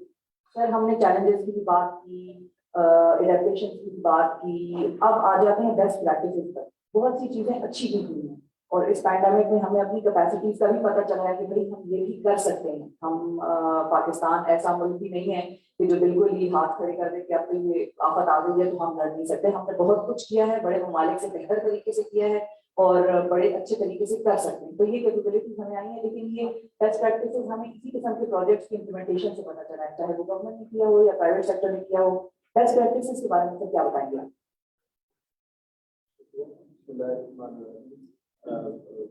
मेरा ख्याल है कि अगर हम 2020 में वापस जाके देखें तो उस वक्त एक पैनिक की सिचुएशन थी। मुझे याद है कि तकरीबन हर चीज़ मतलब रुकी हुई थी, तो ऑफिस नहीं जा रहे थे और घरों से काम कर रहे थे। तो अगर उस सिनेरियो में देखें तो एक प्रोजेक्ट डिज़ाइन करना एक ऐसी वबा की रोकथाम के लिए जो बिल्कुल नई है दुनिया की, जहाँ कोई पुराना तजुर्बा भी हमारे पास मौजूद नहीं था। और क्योंकि बाकी जो हम प्रोजेक्ट डिजाइन करते हैं गवर्नमेंट में नॉन गवर्नमेंट में, तो कहीं ना कहीं कोई पुराना तजुर्बा किसी और चीज़ का काम आ जाता है, लेकिन ये चूंकि जदीद नया किस्म का वायरस था तो इसकी रोकथाम के लिए जो इक़दाम थे वो भी डिफरेंटली हमें देखने पड़े। तो सबसे पहले तो ये है कि पाकिस्तान ने अल्हम्दुलिल्लाह इसको बड़े अच्छे तरीके से टैकल किया गवर्नमेंट ने। तो हम जो सिविल सोसाइटी के लोग हैं, एनजीओ के लोग हैं, अगर इसकी जो बेस्ट प्रैक्टिस का देखें तो इसमें हमने इंगेज किया सारे स्टेक होल्डर्स को। अगर प्रोजेक्ट को आप देखें तो प्रोजेक्ट में कोई अकेली एक एनजीओ नहीं आगे जाकर काम कर रही या अकेली गवर्नमेंट को नहीं मतलब काम कर रही, मुकम्मल civil society, government, media, private sector. आपने जो हादसा की प्रेजेंटेशन भी देखी कि इसमें सारे स्टेक होल्डर्स को इंगेज किया गया, सब कुछ शामिल किया गया, क्योंकि ये एक ऐसी मुसीबत थी जिससे अकेली हुकूमत या अकेला प्राइवेट सेक्टर नहीं मुकाबला कर सकता था। तो इसलिए जो एक प्रोजेक्ट का डिजाइन इस तरह से था कि तमाम लोगों को या तमाम स्टेक होल्डर्स को जो मौजूद हैं डिस्ट्रिक्ट लेवल पे उनको शामिल किया जाए। दूसरा ये था कि हमने मुश्किल जो एरियाज हैं और मुश्किल हालात में काम शुरू किया। इधर पहुंचना बड़ा मुश्किल था, ट्रांसपोर्टेशन पे पाबंदियां थी, उस वक्त मूवमेंट्स पे पाबंदियां थी, तो वो उसके लिए एनओसी लेने, मूव करना, स्टाफ को मोबिलाइज करना फील्ड में बड़ा मुश्किल सा एक वो मरहला था। तो हार्ड टू रीच एरिया में एक मुश्किल वक्त में काम जो किया सबने मिलकर, that is another best practice. तीसरा मेरे ख्याल में ये बड़ा अल्हम्दुलिल्लाह कॉम्प्रिहेंसिव रिस्पॉन्स था। ये कोई ये नहीं था कि क्यूरेटिव से हमने काम किया हो, जी चंद एक सिलेंडर दे दिए, चंद एक मास्क दे दिए तो हमने क्लेम कर लिया।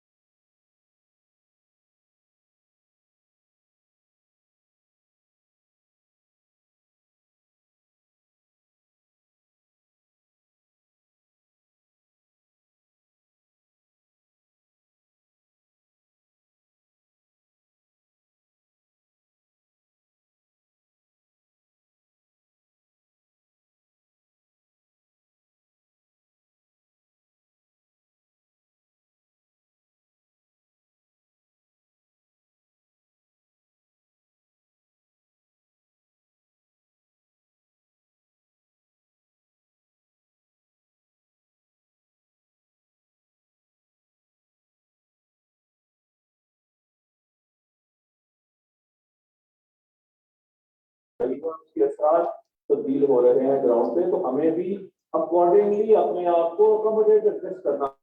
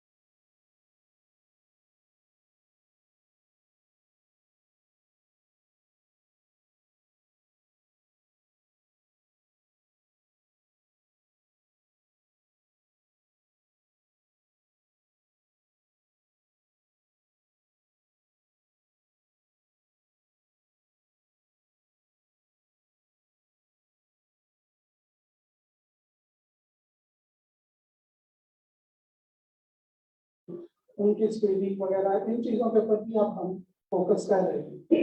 तो आई would like in future if you plan out you also give us success और आप हमें इसमें भी असिस्टेंस प्रोवाइड कीजिए और गाइडेंस दीजिए कि हम इसको किस तरह मासिस तक अपने जा सके। Another aspect I would like to thank you for the provision of equipment. इन्होंने हमारे कुछ सेंटर पे जहाँ इन्होंने फोकस किया हुआ था शेखोपुरा, गुजरांवाला, लाहौर एंड सरगोदा और हमारा सेंटर, इन्होंने हमें वहाँ पे इक्विपमेंट दिया जिसमें मशीन दिया, कैमरा, साउंड सिस्टम, इस तरह की चीज़ों से हमें इन्होंने सपोर्ट दिया दिए हमें। और वो that was really helpful for upgradation of our centers. So I would like for the these are only 4 districts focused by Helvetas or the consortium. I would like to इसको अब हमें आगे फर्दर लेके जाना चाहिए all the districts of Punjab और उसको बेशक आप यूनियन वाइज या whatever that obviously will depend on your resources and our resources. But we can expand this cooperation and we can go in deep roots और हम जाके बड़े depth में even Rajanpur को भी हम touch कर सकते हैं because we have dedicated centers for training here. In the last, I will request that every person of Punjab, every government member with which Helvetas has worked is really thankful to the support by the Helvetas led by Madam Arjun, Madam Zainab, Mubashir Saab, Shah Rukh Khan Saab and their team.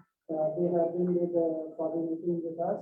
And I would also like to thank my own team, Dr. Sara Indra here, Dr. Sarwar, Dr. Imran and other teams and my office there. जिन्होंने इसको exemplary तौर पे देखे आगे move forward किया। Thank you very much. Thank you, Dr. Ahmed. अब मैं आप लोगों की भरपूर तालियों में दावत देना चाहूंगी डॉक्टर नौशीन हामिद साहिबा को जो कि सेक्रेटरी पार्लिमानी बराए सेहत हैं ताकि वो भी आए और वो गवर्नमेंट का पर्सपेक्टिव भी दें कि गवर्नमेंट को कितनी मुश्किलात थी इन सारी प्लान्स को एग्जीक्यूट करने में और उन्होंने क्या सीखा, उनके बेस्ट प्रैक्टिसेस क्या थी और चैलेंजेस क्या थे। डॉक्टर नौशीन हामिद साहिबा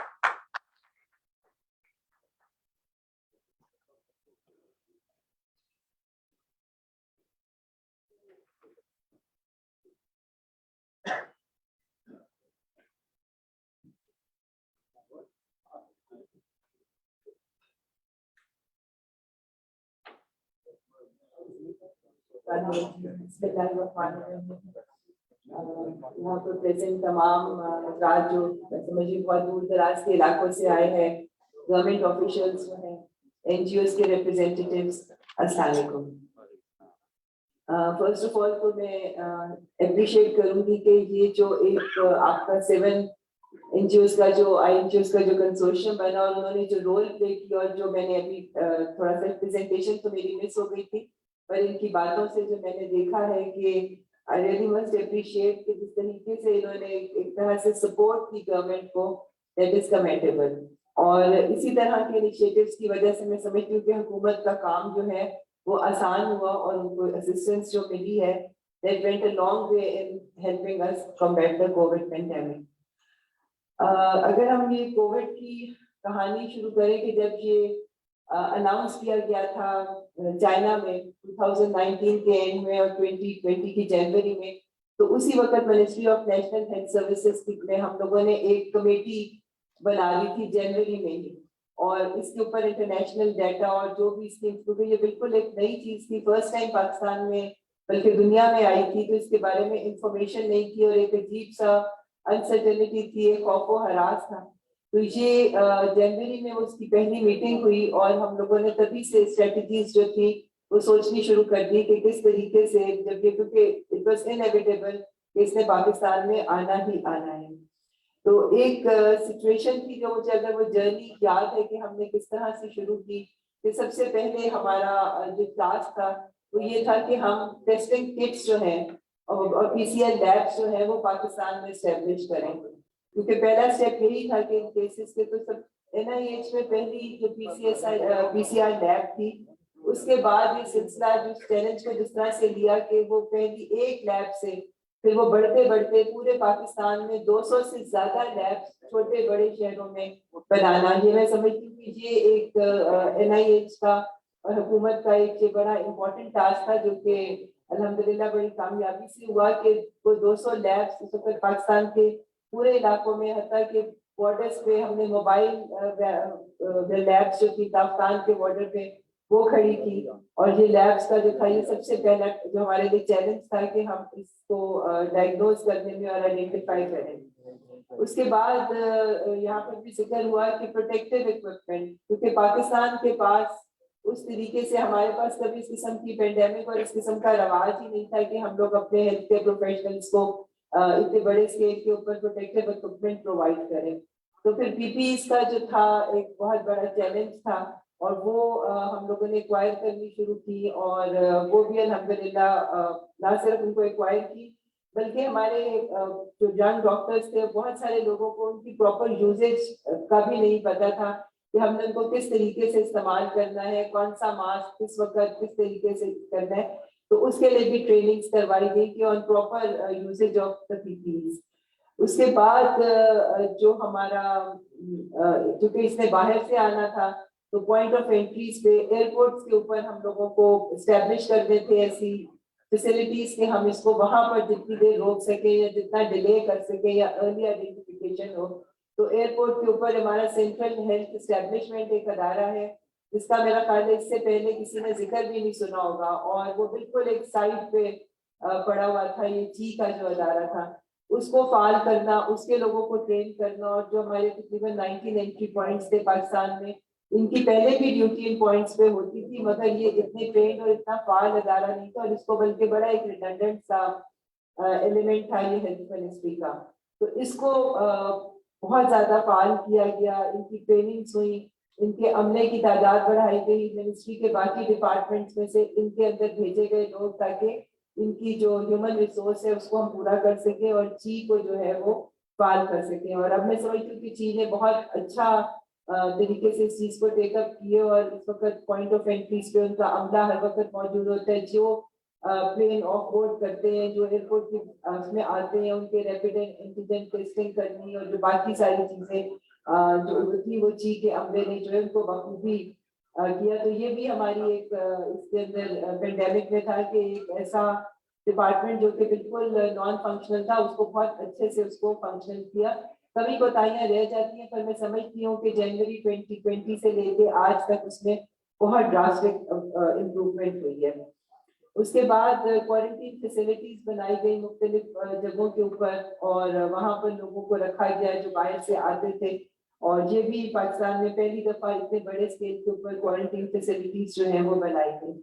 उसके बाद सबसे बड़ी अचीवमेंट जैसे अभी शिफा ने भी जिक्र किया और अप्रिशिएट किया कि NCOC का क्याम, मैं समझती हूँ कि ये एक बहुत बड़ी अचीवमेंट हुई है क्योंकि इस वबा को तो ना कोई बॉर्डर्स पता थे कि यहाँ सिंध है या बलूचिस्तान है, ना इसको किसी और हम लोग की बाउंड्रीज थे इसके और तमाम इसके अंदर सिर्फ एक हेल्थ डिपार्टमेंट नहीं था बल्कि इसके अंदर मिनिस्ट्री की एजुकेशन, इंडस्ट्रीज की जो हमारी मिनिस्ट्री थी, ये बात मतलब ये सारी मिनिस्ट्रीज को इसमें इन्वॉल्व करना जो था वो बहुत जरूरी था।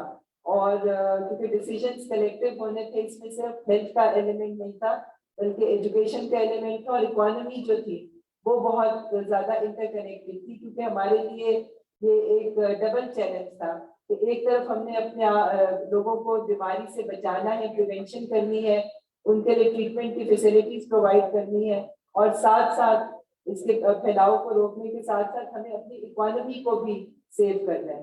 तो इसलिए ये एक मल्टीपल लोगों का एक जरूरत थी सारी चीजों को एक टेबल पे लाने के लिए और उसके अंदर NCOC ने एक बहुत अहम किरदार अदा किया और उसको मैं अप्रिशिएट करूंगी। मैं अभी भी NCOC की मीटिंग से ही आ रही हूँ कि आप डेली सुबह 10 बजे आंधी हो, तूफान हो, सर्दी है, गर्मी है, जो भी सिचुएशन होती थी, जिस दिन से NCOC के आम में आई है एक दिन भी ऐसा नहीं हुआ कि सुबह 10 बजे एनसीओसी की टेबल पे सब बैठे हुए हों, और इसके अंदर सूबे भी ऑन बोर्ड होते हैं, ऑनलाइन होते हैं, कई दफा उनकी फिजिकल प्रेजेंस होती है, और सब लोग सुबह 10 बजे वहां बैठ के सारा जो रियल टाइम डाटा पूरे पाकिस्तान से आता है उसको स्टडी करते हैं और उसकी रोशनी में डिसीजंस लेते हैं। और मैं समझती हूँ कि एनसीओसी के डिसीजंस बड़े इफेक्टिव होते हैं, और उनकी चूंकि इतनी डीप स्टडी होती है और जिस तरीके से एक पूरा मुल्क को इनकम्पस किया होता है सूबों की तरफ से बात दफा, चूंकि सूबे खुद मुख्तार हैं एजुकेशन में भी, हेल्थ में भी, तो वो उनकी मर्जी होती है, एडवाइजरी देना जो है वो एनसीओसी का काम है। और मैं एक एग्जांपल अभी आपको दूं कि एनसीओसी का विजन और उसको मैं समझती हूँ कि यहाँ सूबे वाले बैठे हुए हैं, तो मेरी रिक्वेस्ट है कि उसको जरूर वेटेज दिया करें, क्योंकि जब 20 दिसंबर को जब स्कूल्स क्लोजर की डेट अनाउंस की थी बहुत सारे सूबों ने, तो उस वक्त एनसीओसी ने अपनी पूरी प्रोजेक्शन देख के उनको एक एडवाइस दी थी, और उनको ये कहा था कि आप 20 दिसंबर को अपने स्कूल्स या एजुकेशन इंस्टीट्यूशंस बंद मत करें, बल्कि ये छुट्टियां आप थोड़ी आगे ले जाएं और इसको मिड जनवरी के करीब अगर आप ये छुट्टियां देंगे तो ये हमारे बच्चों के लिए, मुल्क के लिए बेनिफिशियल होगा। क्योंकि इसकी दो वजूहात थी, एक तो ये कि दिसंबर के अंदर अभी डिजीज का बर्डन नहीं था, अभी हम लोग ये देख रहे थे कि जो डिजीज की पीक है और जो मेजर केसेस हैं वो जनवरी के मिडिल में आएंगे, तो उससे हमें दो एडवांटेज होने थे। एक तो ये कि आपका एजुकेशन सिस्टम, अब जो हमें डिसीजन लेने पड़ रहे हैं कि एजुकेशन को हमें थोड़ा सा शायद 3 डेज के ऊपर लेके जाना पड़े, या कुछ जगहों पे जहाँ पर क्लस्टर्स आ रहे हैं केसेस के, वहां पर हमें क्लोज भी करने पड़े थोड़े अरसे के लिए। तो उस वक्त ये था कि चूंकि बर्डन नहीं था तो हम स्कूल्स को खुला रख सकते थे, फुल फ्लेज तरीके से चला सकते थे। और दूसरा एडवांटेज ये था कि उस वक्त एक बहुत बड़ी सक्सेसफुल स्कूल वैक्सीनेशन की कैंपेन हो रही थी, वो जारी रह सकती थी, जो कि रुक गई स्कूल्स के बंद होने से। तो ये मैंने खुद भी पंजाब के मिनिस्टर से रिक्वेस्ट की कि ये दो रीजन है, मगर उस वक्त समहाउ उन्होंने उस चीज को अहमियत नहीं दी, और अब आज वो ये कह रहे हैं कि मतलब कि हम समझ रहे हैं कि अगर अब स्कूल क्लोजर की वो 15 दिन की छुट्टियां अब मिलती तो शायद हमें बहुत ज्यादा हेल्प हो जाती इस डिजीज को कंटेन करने में, और अब तक हमारी वैक्सीनेशन भी इससे ज्यादा हो चुकी होती स्कूल वैक्सीनेशन। और बात ये मैंने सिर्फ आपको एक एग्जांपल इसलिए दी है कि एनसीओसी आज के दिन बैठता है तो वो आइंदा आने वाले 15 दिन की प्रोजेक्शन देख रहा होता है कि आज के 15 दिन बाद क्या सिचुएशन होगी, हमारी वैक्सीनेशन किधर खड़ी होगी, हमारी टेस्टिंग किधर खड़ी होगी, हमारे हॉस्पिटल का बर्डन किधर खड़ा होगा। तो इसलिए ये एनसीओसी का जो प्लेटफॉर्म है ये बहुत एक इफेक्टिव प्लेटफॉर्म है, और इसके अंदर बहुत ज्यादा हम लोग अपने आईटी को और टेक्निकल जो वो है उसको यूज करते हैं। इसमें जो ये हमारा पेंडेमिक गुजरी है ये एक बहुत बड़ा चैलेंज था हमारे मुल्क के लिए, दुनिया के लिए, मगर मैं समझती हूँ कि हमारे मुल्क को इसमें चैलेंजेस के साथ अपॉर्चुनिटीज भी मिली, हमने बहुत कुछ सीखा भी और हम लोगों ने कुछ चीजें गेन भी की। जैसे हमारे मुल्क में वेंटिलेटर्स, जो कि कभी हम जहाँ थर्मामीटर भी हमारा मुल्क नहीं बनाता खुद से, वहाँ वेंटिलेटर्स की मैन्युफैक्चर शुरू हो गई यहाँ पे। उसके अलावा वैक्सीन जो थी जिस तरह से कैंसिनो बायो की जो वैक्सीन थी वो बल्क कॉन्सेंट्रेट यहाँ आया, यहाँ पर उसकी पैकेजिंग और उसका यहाँ पर उसकी प्रोडक्शन शुरू हो गई NIH के अंदर। ऑक्सीजन प्रोडक्शन, ऑक्सीजन प्लांट, इसमें हमने अपने आप को बड़ा अपग्रेड किया। 2800 न्यू बेड्स, ऑक्सीजन बेड्स जो है वो सिस्टम में डाले गए। किट्स जो है वो यहाँ पर वो भी बनने लगे। प्रोटेक्टिव गियर N95 मास्क, जिसके लिए हम पूरी दुनिया की तरफ देख रहे थे, आज वो पाकिस्तान खुद उनको मैन्युफैक्चर कर रहे हैं। तो ये चीजें हमने गेन भी की है, हमने बहुत कुछ इसमें सीखा भी है और हमने अपने पोटेंशियल को टैप भी किया है। वैक्सीनेशन के बारे में थोड़ा सा मैं टच करूंगी कि जब वैक्सीनेशन शुरू हुई थी तो बहुत सारे ममालिक से जल्दी पाकिस्तान में शुरू हो गई। आई थिंक हम इनिशियल 50-60 ममालिक में थे जिसके अंदर वैक्सीनेशन शुरू हुई, और हमारी नेबरिंग कंट्री इंडिया जो कि एक दुनिया का बहुत बड़ा वैक्सीन प्रोड्यूसिंग एंटिटी है, उसके मुकाबले में पाकिस्तान में वैक्सीनेशन सिर्फ 15 दिन के डिले से शुरू हुई। यानी इंडिया में जब शुरू हुई हम उससे सिर्फ 15 दिन पीछे थे, हालांकि वो खुद एक वैक्सीन प्रोड्यूसिंग कंट्री था और सीरम इंस्टीट्यूट ऑफ इंडिया जो है वो दुनिया को वैक्सीन प्रोवाइड करता है, मगर उसके बावजूद पाकिस्तान उससे कोई बहुत पीछे नहीं रहा। और हमारी वैक्सीनेशन जो है वो इस वक्त अल्हम्दुलिल्लाह आज के दिन का जो डाटा था कि 50% हमारी एलिजिबल पॉपुलेशन जो है वो फुली वैक्सीनेट हो चुकी हुई है और तकरीबन 16 करोड़ से ज्यादा 17 करोड़ के लोग जो है वो कम से कम एक डोज उनको जरूर मिल चुकी है। तो ये मैं समझती हूँ कि हमारे जैसे मुल्क के लिए जिसके पास लिमिटेड रिसोर्सेज थे, ये हमारे लिए एक बहुत बड़ी अचीवमेंट है। और शुरू में जो वैक्सीन रेजिडेंसी की जब ये शुरू हुई है हेल्थ केयर प्रोफेशनल्स के लिए, तो मैं देखती थी क्योंकि मैं खुद सेंटर्स पे जाती थी कि इवन हमारे डॉक्टर्स जो थे वो भी हेजिटेंट थे लगाने से, तो क्योंकि वो जस्ट वेट एंड सी वाली पॉलिसी पे थे कि ये नई वैक्सीन है, इसके क्या साइड इफेक्ट्स होंगे। मगर आज अल्हम्दुलिल्लाह हम 15 लाख डोजेस का टारगेट भी एक दिन में 16 लाख डोजेस का टारगेट भी हमने अचीव किया है। तो वैक्सीनेशन की speed, mass vaccination centres, mobile vaccination centres, ये सारे बहुत इफेक्टिवली स्टैब्लिश किए गए और ये एक बहुत बड़ा चैलेंज था हमारे लिए, हमारे जैसे मुल्क के लिए कि फ्री वैक्सीनेशन अपनी इतनी बड़ी के 5th most populous country in the world, और हम अपनी कंट्री को जब बाहर के ममालिक क्लेम करते हैं कि जी हमने 80% अपनी पॉपुलेशन को वैक्सीनेट कर लिया, हमने 70% को वैक्सीनेट कर लिया, तो कभी उनसे उनकी पॉपुलेशन का साइज जरूर देख लिया करें, क्योंकि वो कुछ 50 लाख वाले ममालिक होते हैं, कुछ 70 लाख वाले, कोई 1-1.5 करोड़ पॉपुलेशन वाले ममालिक जो है जब वो ये क्लेम करते हैं तो जरूर देख लिया करें कि पाकिस्तान की पॉपुलेशन कितनी है। तो हमारी 22 करोड़ की जो पॉपुलेशन है उसमें से मैं समझती हूँ कि अगर हमने 17 करोड़ लोगों तक हम पहुंचे हैं तो हम उन डेवलप्ड कंट्रीज के मुकाबले में हमारी ये बहुत बड़ी अचीवमेंट है। और इसी के अंदर एक ये हमारे सोशल प्रोटेक्शन प्रोग्राम्स, लोगों की इकोनॉमी को जहाँ हमने बचाया, डेली वेजेस को कोशिश की गई कि उनकी रोजी जो है वो ना रुक सके, तो उसके साथ साथ हमने सोशल प्रोटेक्शन प्रोग्राम जो एहसास के थ्रू है वो भी बहुत इफेक्टिव साबित हुए और लोगों को उस तरीके से जो था कि हम भूख से और उसकी वजह से जो प्रॉब्लम्स आनी थी उनको हमने अल्लाह ताला के फजल करम से वो काफी हद तक वो हुए।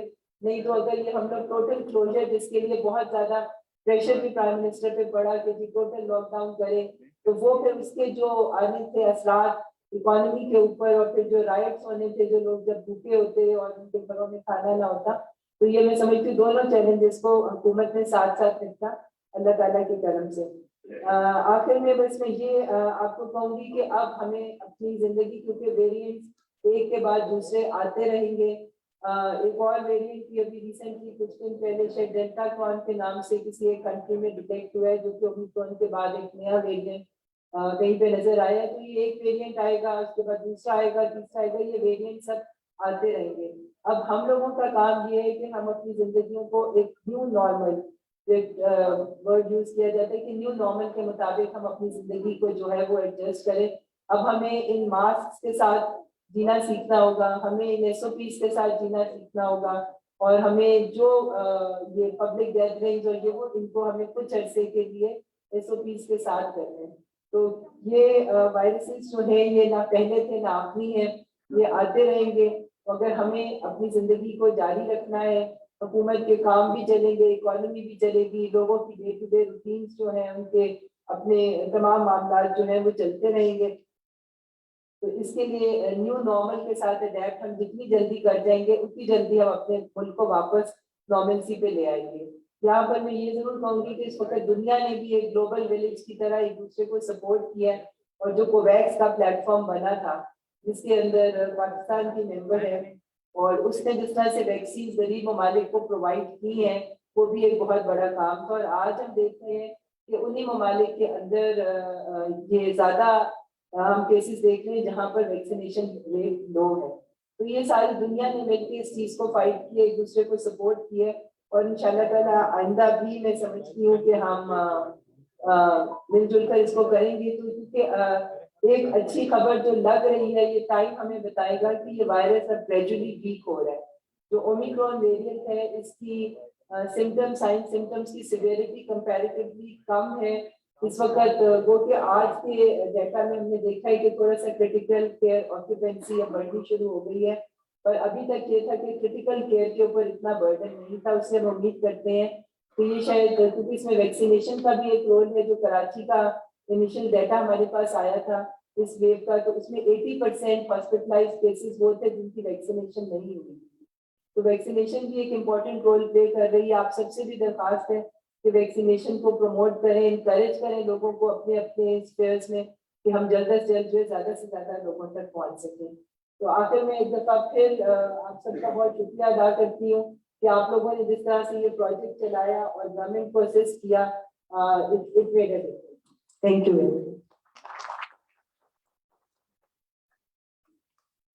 अब मैं डॉक्टर साहब से रिक्वेस्ट करूंगी कि हमारे कुछ स्टेक होल्डर्स हैं जिन्होंने गवर्नमेंट के साथ मिलकर बहुत जबरदस्त काम किया, उनको सोवेनियर्स पेश करें। डॉक्टर नियाज मोहम्मद साहब को मैं दावा देना चाहूंगी स्टेज पर, जो कि डायरेक्टर जनरल हेल्थ हैं खैबर पख्तूनख्वा से। डॉक्टर नियाज मोहम्मद, आप भरपूर तालियों में तो प्लीज आइए।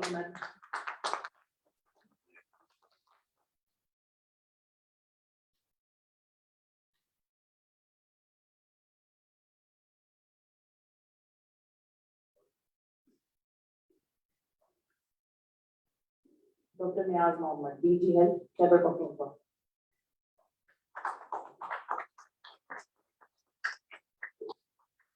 Doctor Noor Mohammad, director general health Balochistan.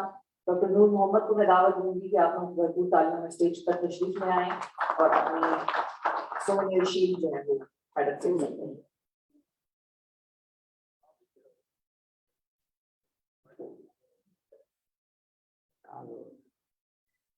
Doctor Noor Mohammad, director general health Balochistan.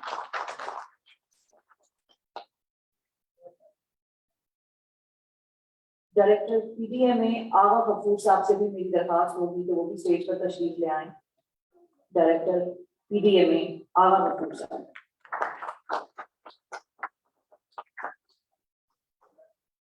और आखिर में डॉक्टर अहमद उस्मान साहब से मेरी दरखास्त होगी कि वो भी स्टेज पर तशरीफ ले आए, जो कि है deputy secretary administration primary and secondary health Punjab. Doctor Ahmad Usman sahab अपनी शीट वसूल कीजिए। डॉक्टर नौशीन हामिद साहिबा से स्टेज पर तशरीफ ले आइए sir.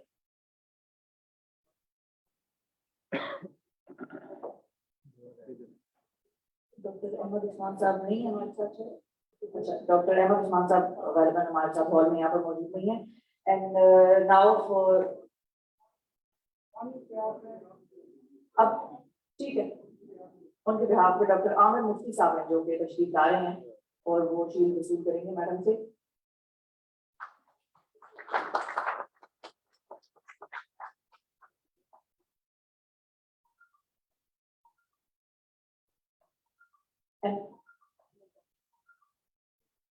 And now I would like to invite Dr. Stephen Langer, who is the team leader, rural development and economic cooperation delegation of European Union to Pakistan. That please come on stage and present Dr. Nasheen Hamid Sahiba with a souvenir sheet. Dr. Stephen Langer, who is the team leader, rural development and economic cooperation delegation of European Union to Pakistan. Thank you for your time, Dr. Saab.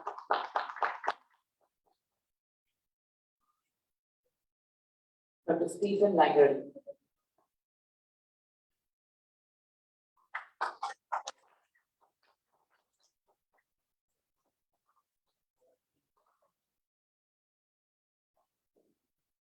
Thank you, Dr. Sahiba. बहुत शुक्रिया आपका, आपने वक्त निकाला।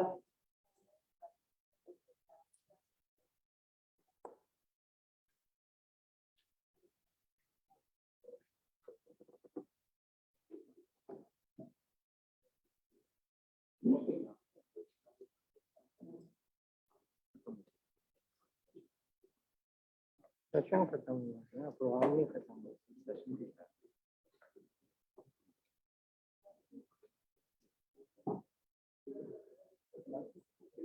Please panelist आप लोगों से दरखास्त है कि आप लोग तशरीफ रखें और अब हम आप लोगों के कमेंट्स की तरफ आएंगे और कमेंट्स के लिए मैं जाना चाहूँगी हमारे साथ ऑडियंस में हमारे स्टेक होल्डर्स मौजूद हैं जो कि जाहिर है लिमिटेशन की वजह से सबको हम स्टेज पर नहीं उठा सकते, लेकिन डॉक्टर खालिद रहमान साहब की तरफ मैं जाऊँगी जो कि कोविड के फोकल पर्सन है बलोचिस्तान के, और आपकी तरफ से हम माइक भिजवा लें, आप अपने कमेंट्स इस प्रोजेक्ट के हवाले से, और वो है पीछे डॉक्टर खालिद रहमान साहब,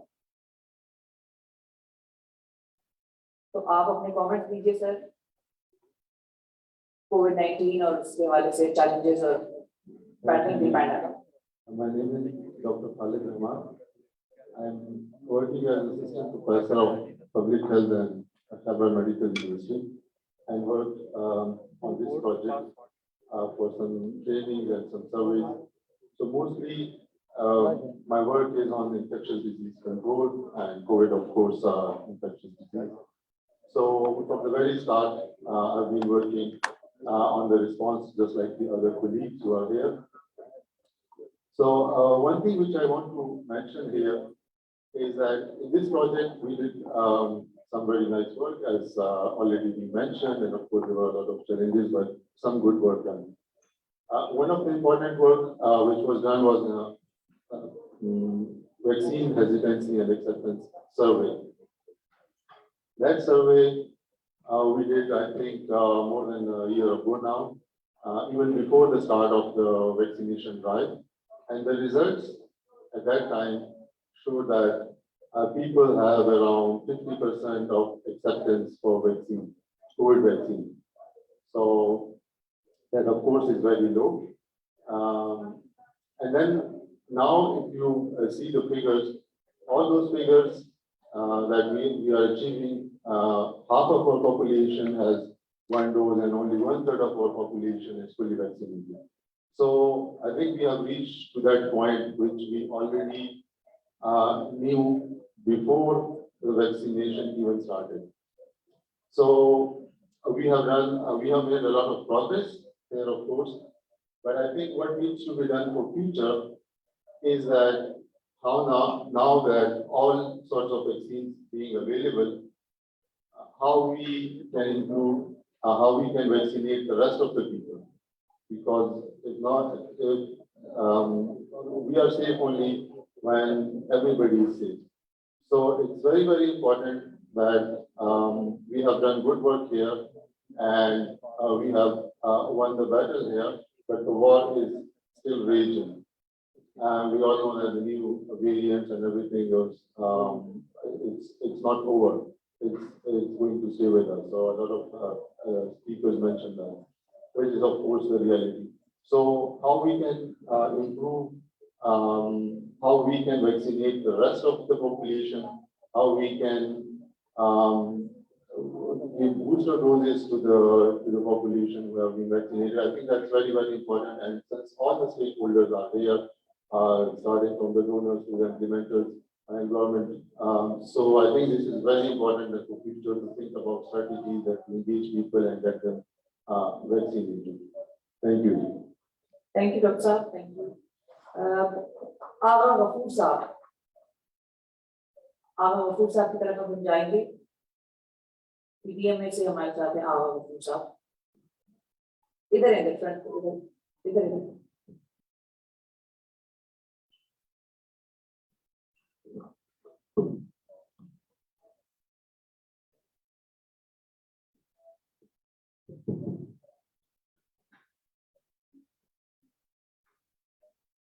Assalamu alaikum everyone, and good morning. First of all, thank you very much to JV, this consortium, that they work with us and work for our basic health units and different health hospitals, and they identify the gap and work with the health worker and make it strengthen.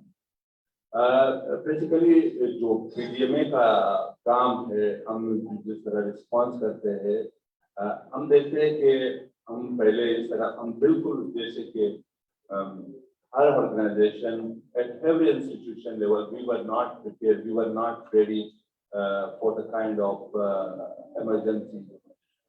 हम मिसाल के तौर पर जो PDMA level पे हम काम करते हैं तो हम देखते हैं कि हम विंटर इमरजेंसी को डील करते हैं, ड्राउट को डील करते हैं, और जो बलूचिस्तान में वाक़ होते हैं अर्थक्वेक वगैरह, इसके लिए कम से कम हम ट्रेनिंग करते हैं.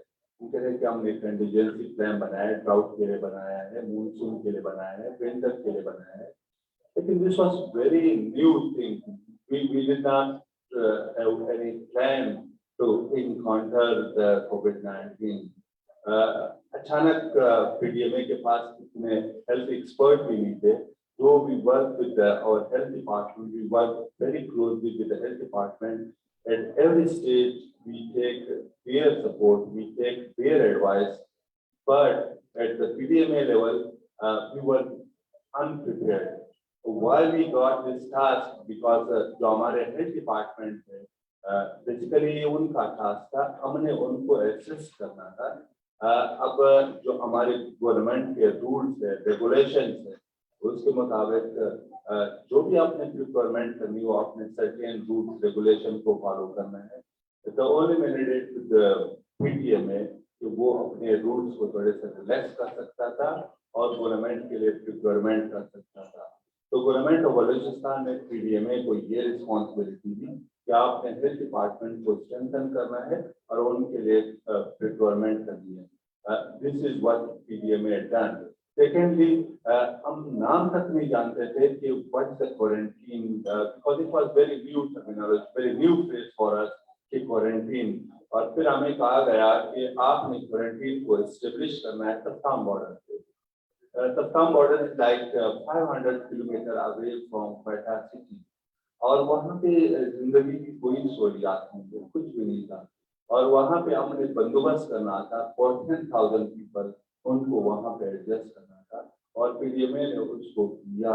टू द ग्रेट एक्सटेंट हमने गवर्नमेंट को असिस्ट किया, हेल्थ डिपार्टमेंट को असिस्ट किया, हमने वहाँ पे क्वारंटीन सेंटर एस्टेब्लिश किए.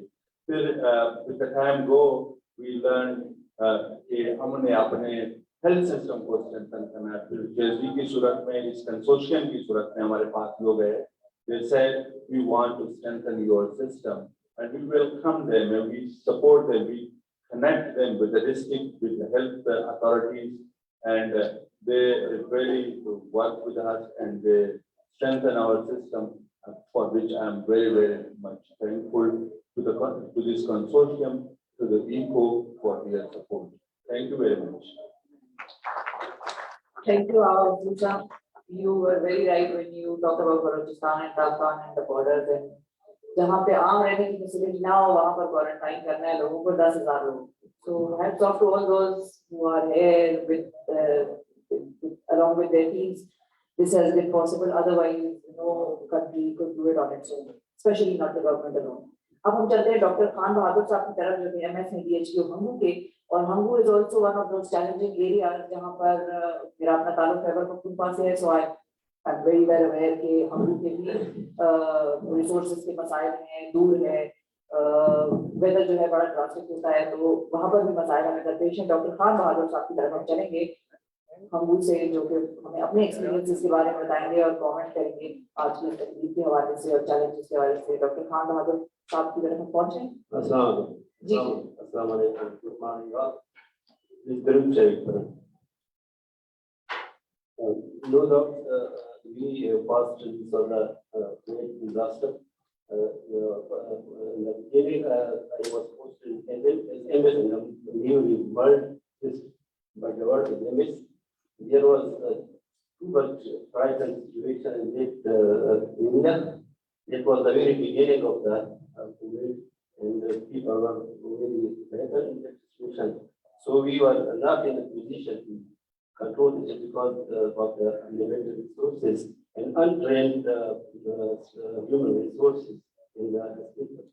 So we were facing too much problem and difficulties to treat and to deal with the patient. So in the beginning there was no isolation, no quarantine. So we started all these from a very zero point and started to establish quarantine and isolation centers in the institution, in outside institution, and the periphery, and the border even is the one border level. And then there were restrictions were also imposed in close coordination with the administration of the district. The same was the situation in all this, but it was a very panic situation. So we gone through different problems, shortage of equipment and other human trained resources, human resources.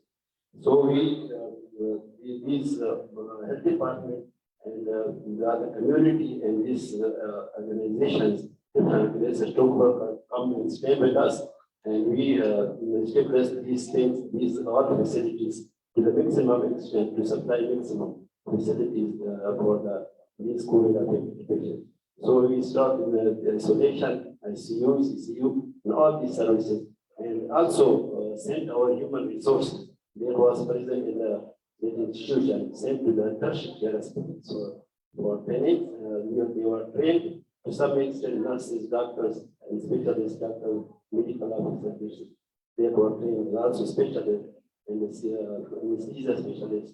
They were trained and they come back as a master trainer, and they trained the other, all the hospitals on the routine basis. They were rotated in this ICU, CCU isolation wards, so that everyone should have some training to lead these patients.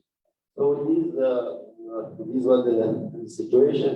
So there were no still there is training and refresher courses to be given to the human resources, because we still fall behind. We need more training and refresher courses.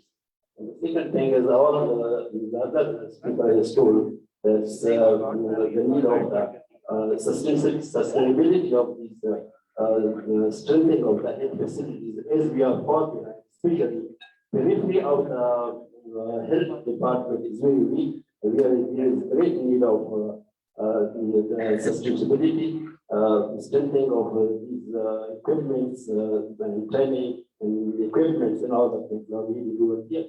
So these are the things. These organization has been supplied different equipments like incinerators. This is in our hospital they have supplied a huge number one incinerator and portable X-rays, bays, monitors, all the things to the maximum extent they have supplied. But still, we need more and more because these are negligible. And the second thing is there's also need of the trainers, so they train all hospital staff to maintain these equipment and other things. The second thing is that the other organizations should also come forward, because developing countries need more and more strengthening of the strength, because there is limited resources. So the developed countries should come forward and support the developed countries so that they will come over these problems, because we are still far behind it. We are too limited resources. So we are not able to cope without the support from the developed countries. Although the health department is trying to help day and night and to cooperate, they are also doing, because we know it's the same staff is also involved in COVID day and night for 24 hours. Even they are not going to home for several days. They are working in the hospital day and night in spite of no facilities. So these are the situations. This organization has done really well, and our team this MDM have come forward with us. They are in close coordination with us, and they are providing maximum help and discuss with us which thing is needed. We are telling and discussing, and then they supply it to us. So we still need more and more support. And the second thing is a request to all to mobilize and do sensitization of all the community to come forward and to vaccinate all the facilities to the maximum access, so that we will overcome and protect the community to the best. Thank you. Thank you, Dr. Khan Bahadur. अब हम बढ़ते हैं doctor Wasim की तरफ, जो कि Covid के focal person हैं बदीन के, और डॉक्टर वसीम साहब कहाँ बैठे हैं? अगर जी यहाँ पर फ्रंट पे डॉक्टर वसीम, और थोड़ा सा मुख्तसर रखिएगा सर, क्योंकि हमारे पास टाइम थोड़ी सी शॉर्टेज हो रही है. Assalamu alaikum to everyone. On the behalf of District Badin, I'm highly thankful to invite me and the opportunity to hear. मैं यहाँ जो बदीन से आया हूँ, शायद सिंध का जो है ना वो लास्ट डिस्ट्रिक्ट है इंडिया के बॉर्डर से. यहाँ से 1300-1400 किलोमीटर जो दूर. तो बड़ी खुशी हो रही है कि आप लोगों ने मुझे इन्वाइट किया है यहाँ पे, और यहाँ पे कुछ अपने जो एक्सपीरियंस शेयर करूँगा. स्टार्टिंग जब 2 साल पहले कोविड आई थी, तो सिंध के हालात में थे कि बदीन एक छोटा सा डिस्ट्रिक्ट है, लिटरेसी रेट भी काफी कम है इनकी। तो जिनको भी कोविड हो जाता था ये कहते थे कि सुसाइड कोई छत से कूद रहा है, तो इस किस्म की जो है ना वो प्रैक्टिस हो रही थी। तो एक्टिव वालों ने ये किया कि पहले हमारी जो है ना वो मेंटल हेल्थ या सोशल इनकी एक ट्रेनिंग करवाई कि आप इस पेंडेमिक से कैसे बच सकते हैं, या इस तरीके से एक सोशल मतलब साइकोलॉजिकल इवेंट था। तो योगा टाइप पे आप इसे ब्रीथ में इस तरीके से जो है एक हमारी ट्रेनिंग हुई थी, इससे हमें काफी फायदा हुआ था। उनके बाद मैं पहला ही पर्सन था कि विदाउट मास्क मैंने जो है पहले ये 2 साल की पहले की बात बता रहा हूँ कि विदाउट मास्क विदाउट पीपीई मैंने काफी सैंपल्स लिए थे इंस्टीट्यूट से, और मेन मकसद में कोविड से इन्फेक्टेड हुआ था। और जब मैं काफी क्रिटिकल कंडीशन में था, लंग्स फाइब्रोसिस 30%, अभी भी मुझे एसओपी और ये शार्ट लॉन्ग देना। तो एक्टिव वालों का हाईली थैंकफुल कि उन्होंने हमारे जो हीरोज थे, जो फ्रंट लाइन पे जो डॉक्टर थे, इनको बचाया। वैसे इस तरीके से अच्छा उस टाइम पे जो N95 मास्क थी हमने जरा से फर्क करा 4500 का मास्क था। तो ये सारे एक्टिव वालों की फर्स्ट थी कि उन्होंने हमें ये सारी चीजें प्रोवाइड की। इसके अलावा ये था कि हैंड वॉशिंग कॉर्नर, बाथरूम और काफी चीजें जो है ना वो हमारी मतलब फेवर में थी कि इससे काफी फायदा था। मैं यहाँ पे थैंक्स करने के लिए आया हूँ जो हमारे डॉक्टर्स, उनकी फैमिली, हमारे 40 डॉक्टर्स थे जो इन्फेक्टेड रहते थे, 5 डॉक्टरों की डेथ हुई है। और काफी मतलब लोग मतलब 40 हमारी डेथ हुई है बदी की, और 80 और 100 के बीच में जो हमारे हेल्थ केयर प्रोवाइडर थे उनके मतलब, तो उनके ब्याज से मैं थैंक्स करने के लिए अगर आप लोग हमें ये सारा कुछ इक्विपमेंट ना देते, हम वो सोल्जर्स थे जो हमारे पास डिपेंड्स नहीं थे, हम जा रहे थे फील्ड में, पर हमारे पास सामान नहीं था। तो thank you very much. Estate वालों ने हमें काफी जो है ना वो सपोर्ट की है, और होपफुली नेक्स्ट ये चीजें जो प्रोवाइड करते रहेंगे। अभी भी कराची की सिचुएशन काफी खराब है, ओमिक्रॉन 35%, हैदराबाद 13% जो है ना वो बता रहे हैं।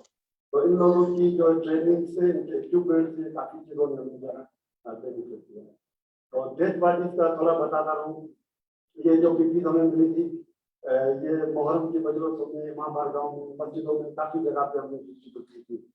और डेथ का ये था कि जो 40 डेथ हुई थी, तो जनाजे में कहते थे यार इसको कोविड हो गया है, आप लोग नहीं जाए। ये कोविड की वजह से उनकी फैमिली के मेंबर्स पर नहीं आते थे। तो अगर जो हमने ट्रेनिंग की, जो मतलब वो पीपी सप्लाई की, तो इनमें हम लोग जाते थे, इनकी फैमिलीज को पीपी देते थे। मैं खुद जाता था, कम बता रहा हूँ कि 30 से 35,000 सैंपल्स मैंने खुद लिए। यहाँ पे वो जॉब की बात बता जाऊँ कि वो जब पहले कोविड आया था तो वो सैंपल लेने के लिए तैयार नहीं था। तो आप फिर एक बंदे ने कहा कि सर मेरी एक बीवी है, मैं क्या करूँगी? तो मैंने कहा मैं भी कसम उठा के कह रहा हूँ, मेरी भी 2 बीवियां नहीं है, मैं भी एक ही बीवी आ रहा हूँ। तो मैं काफी कुछ रेट भी था इन लोगों की ट्रेनिंग, इन लोगों की जो बाइक पे मशीन सीटर का कभी हमने नाम ही नहीं सुना था, क्या वेंटिलेटर। तो हर चीज जो है ना, मैं हाईली थैंकफुल डोनर्स का हूँ, स्टेट वालों का हूँ, जो कि आपने शिकायत होती है। थैंक यू, बहुत शुक्रिया डॉक्टर वसीम, बहुत शुक्रिया। अब मैं दावा दूंगी स्टेज पर डॉक्टर नियाज मोहम्मद साहब को, जो कि DG health and Khyber Pakhtunkhwa के, कि वो यहाँ आए और अपने इजहार का ख्याल करें।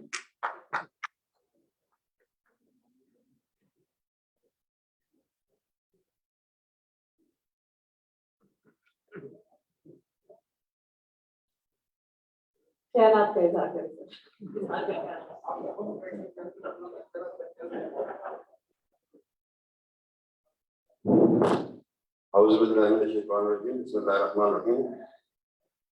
Honorable Country Director, Consortium of International Organizations, colleagues from Balochistan, Sindh, KP, the teams of organization, ladies and gentlemen, Assalamu alaikum. So really an occasion of extreme pleasure that we are celebrating today not only the closure of project, but a success story also. It is really the team, those sitting here, the organizations, workers, the health department workers across the Pakistan, leadership, health managers, and not the least, but top of all, the healthcare workers made it possible that today we are celebrating this success story, which has been made an example for very, very developed countries. Those developed systems, they surrendered to the COVID, but we, the Pakistani nation, with the support of partner organization and extreme coordination, we are able to celebrate it today. And the international world and globe is giving the example of Pakistani response. जब Covid आया, I was working as additional DG Health Services in Khyber Pakhtunkhwa. तो आप सोचते कि उन दिनों में हमें 2 मास्क मिलने बड़ा मुश्किल काम था, हमें एक थर्मल गन मिलनी बड़ा मुश्किल काम था, हमें एक टाइमिक सूट मिलना बड़ा काम था, मुश्किल काम था। कहाँ वेंटिलेटर और कहाँ मॉनिटर्स और कहाँ बाईपैप और कहाँ सीपैप। हमने पाकिस्तान में स्टार्ट किया 0 कोविड टेस्टिंग से। आज सिर्फ केपी की पब्लिक सेक्टर की सरकारी जगहों की कैपेसिटी जो है वो 15,000 से ज्यादा टेस्ट पर डे। हमने केपी में स्टार्ट किया ओनली 34 नॉन फंक्शनल वेंटिलेटर के साथ। आज 740 ventilator functional and almost all the district hospital. अभी डॉक्टर साहब हम से मेरे एमएस साहब बोल रहे थे, जब ये बड़े रिमोट एरिया इन जगहों पे 10-10, 15-15 बेड के आईसीयू, एचडीयू, जो कि हमने अपॉर्चुनिटी में कन्वर्ट कर दिया एक डिजास्टर को, और उससे हमारा हेल्थ सिस्टम इतना स्ट्रेंथन हो। I just first interaction with the Farhan Saab and Tessie people. Second wave, beds almost finished. No ICU bed, no ventilator available. In central Peshawar, in central Kepi, we make a mechanism of hospital bed management. So the patient can be referred from the Peshawar back to the smaller stations, to Charsada, to Roshara, to Sawabi. And the first interaction with Farhan Saab and Dasri made it possible that we increase the bed strength of only LRH to 500 critical bed care with HDU capacity.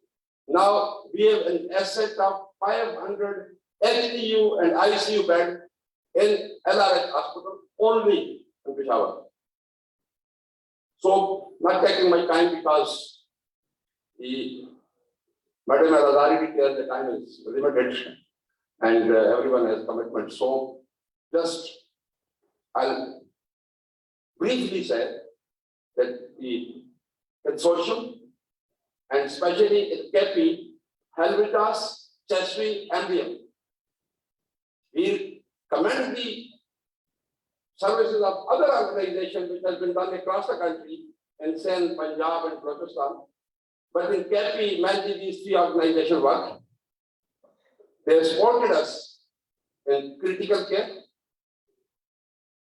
जिसका नाम हम लेते थे कि हमें इतने monitor चाहिए, इतने वेंटिलेटर चाहिए, इतने बाईपैप चाहिए. You know the government procure system, ये नहीं है कि हमारे resources, although there was restriction, but government was very generous to allocate the resources. But जैसा कि अभी हमारे बलूचिस्तान के कुलीग ने बताया कि government के procuring mechanism, they are so stringent. उसकी बहुत careful होने के बावजूद we have to face the lot of water observation and other things. तो ये एक हमारे पास लिबर्टी होती है कि पार्टनर्स को कहते हैं कि प्लीज हमें ये प्रोवाइड कर दें. तो क्रिटिकल केयर के इक्विपमेंट सेंट्रल ऑक्सीजन सिस्टम है नसीरुल्लाह बाबर हॉस्पिटल, जो कि हमारा पेशावर में एक बड़ा हॉस्पिटल है, जिसके अंदर 50 बेड का central oxygen system, PPEs across the province, concentrators, monitors, pipette, then a lot of support in training, capacity building. आप देखें शुरू में हमें जो पता चला कि ये हमारे जो टर्शरी लेवल के हॉस्पिटल में जो लोग हैं उनको भी वेंटिलेटर प्रॉपर्ली ऑपरेट करना नहीं आता, really it was the fact. और आज हमारा एक बहुत रिमोट एरिया में बटग्राम चित्राल में भी हमारा एक डॉक्टर एक टेक्नीशियन भी वेंटिलेटर को ऑपरेट कर सकते।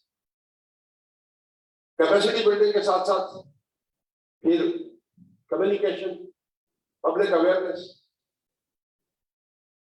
NPIs enforcement पे और फिर अभी वैक्सीनेशन पे, so lot of support in that also. They've also supported us in capacity building of testing in terms of supplies of different equipment and consumable. जिस तरह मैंने गुजारिश की कि इस वक्त 15,000 टेस्ट भी कर सकता है, और testing is a very vital in the surveillance of disease. Without testing, contact tracing, हम disease के पैटर्न को डिसाइड नहीं कर सकते। जिस तरह अभी मैडम ने फरमाया कि हम सुबह NCC मीटिंग होती है, usually attend on behalf of central government, तो ट्रेंड्स को देखा जाता है, पॉजिटिविटी को देखा जाता है, उसकी बुनियाद पर फिर आप एनफोर्स करते हैं लॉकडाउन एंड NPIs। तो टेस्टिंग डिजीज सर्वेलेंस में बहुत इंपॉर्टेंट है। They have supported us in testing. Mental health support programme बहुत इंपॉर्टेंट। मैं आपको बताऊं कि मैं जस्ट मेरा एक कोलीग है doctor Ikram Bata, people know him, he was director of public health at that time. He became positive. He was first person to move to Tarazanda.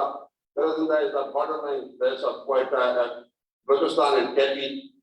Those people who were quarantined in Pakistan, those belonging to Kepi were moved to the Tarazanda, and we assigned them task to go to Tarazanda and supervise that quarantine which was established in Tarazanda. Tarazanda is a border of zone application, Pakistan. मैं उसके साथ गाड़ी में बैठा था, वो अगले दिन उसका पता चला कि he got symptoms and he is positive. So actually being contact, I sent my sample. वो पहले दिन आ गया, वो professor of pathology also by class fellow from Howard medical college, उनसे मुझे कहा कि नॉन कंक्लूसिव है। नॉन कंक्लूसिव को आप पब्लिक हेल्थ के हवाले से पॉजिटिव समझते हैं, it is to be repeated and it is considered positive unless it become negative. तो सेकंड डे पे मैंने जब सैंपल दोबारा भेजा एंड मैं वो कंटिन्यूसली 8 घंटे का मुझे पता था कि रिजल्ट आएगा, 8 घंटे बाद जो है वो आई बिकम सो कॉन्शियस, यार क्या है, मेरा कोलीग मुझसे छुपा रहा है शायद।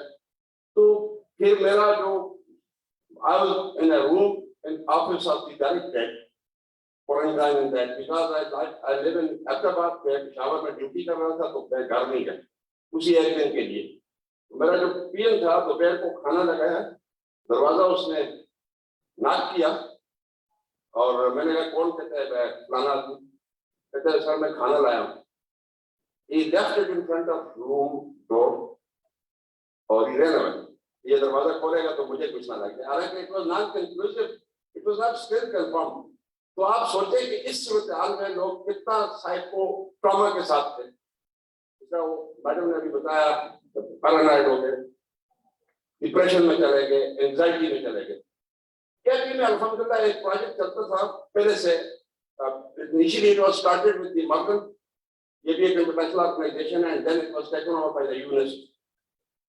वो सिनेरियो था पोस्ट एपीएस दिसंबर 2014 सिनेरियो, जब आर्मी पब्लिक स्कूल का सानिया हुआ तो तमाम स्कूल को भेजे जाने वाले बच्चों की माएँ जो है वो कम। तो हमारा एक कॉल सेंटर भी था, हमारे पेशावर के सारे बड़े हॉस्पिटल में सीनियर क्लिनिकल साइकोलॉजिस्ट भी थे। हमने कोविड में उसको उसी को एक्सटेंड किया और हमने उसको हर डिविजनल लेवल पे और फिर आउटरीच एक्टिविटी के साथ विद सेंट्रल कॉल सेंटर। तो अभी यहाँ बात हो रही थी, आपके कॉल सेंटर में 3,000 लोगों की कॉल आई। हमारी एवरेज कॉल सेंटर पे कॉल है, क्योंकि पुराना है पहले से है और लोगों का अवेयरनेस ज्यादा है. We expanded it to the division levels. देहान में हमारा सेंटर है, अहमदाबाद में है, स्वात में है. तो average 60,000 calls we receive and we follow up that calls. और उसमें almost 70% रिकवरी है हमारे पास और प्रोग्नोसिस उसकी आप मॉनिटर करते हैं. तो we extended it to the COVID और अल्हम्दुलिल्लाह अभी हमारा हेल्थ डिपार्टमेंट खैबर पख्तूनख्वा अपना एक PC1 ला रहा है on mental health and psychosocial support. It will become a permanent part of the health system, which is very, very vital for that. So closing on that, I'm extremely thankful to Farhan Saab, Madam from Helvetas, colleagues from MDM, and rest of colleagues who have worked in the other part of the.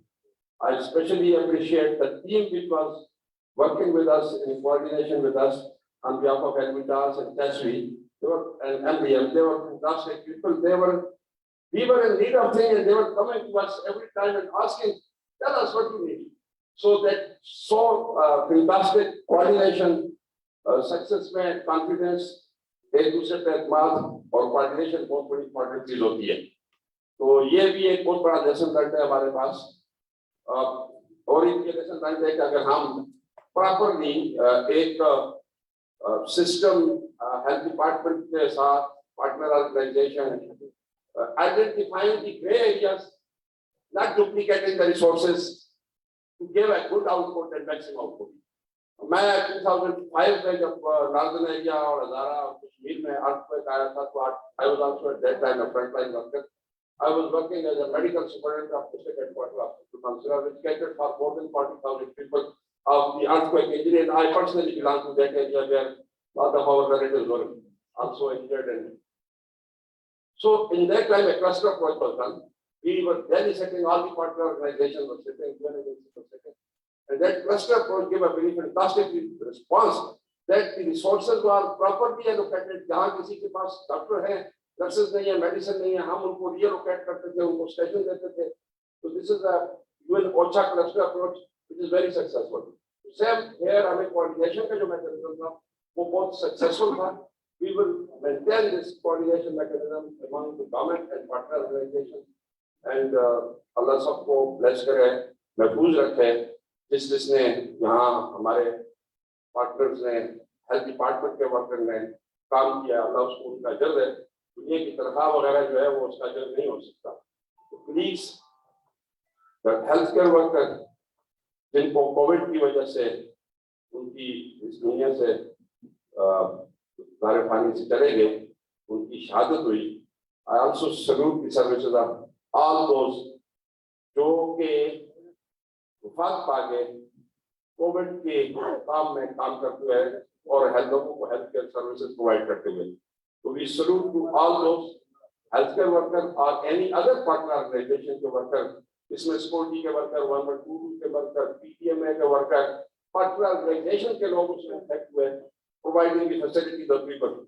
So we salute to them and hope that Allah ताला हम सबको future में महफूज रखेगा.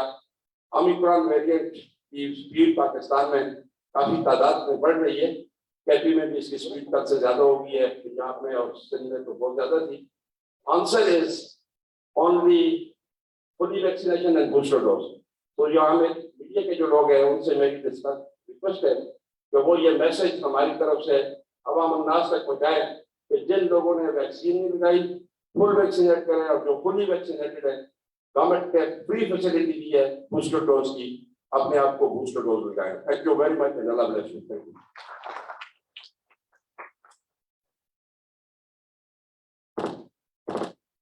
Dr. Niaz Mohammed Saab, Director General Health Khyber Pakhtunkhwa.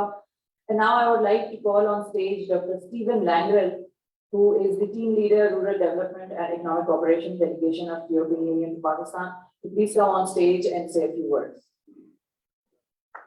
Thank you very much, Dr. Stephen Langrel.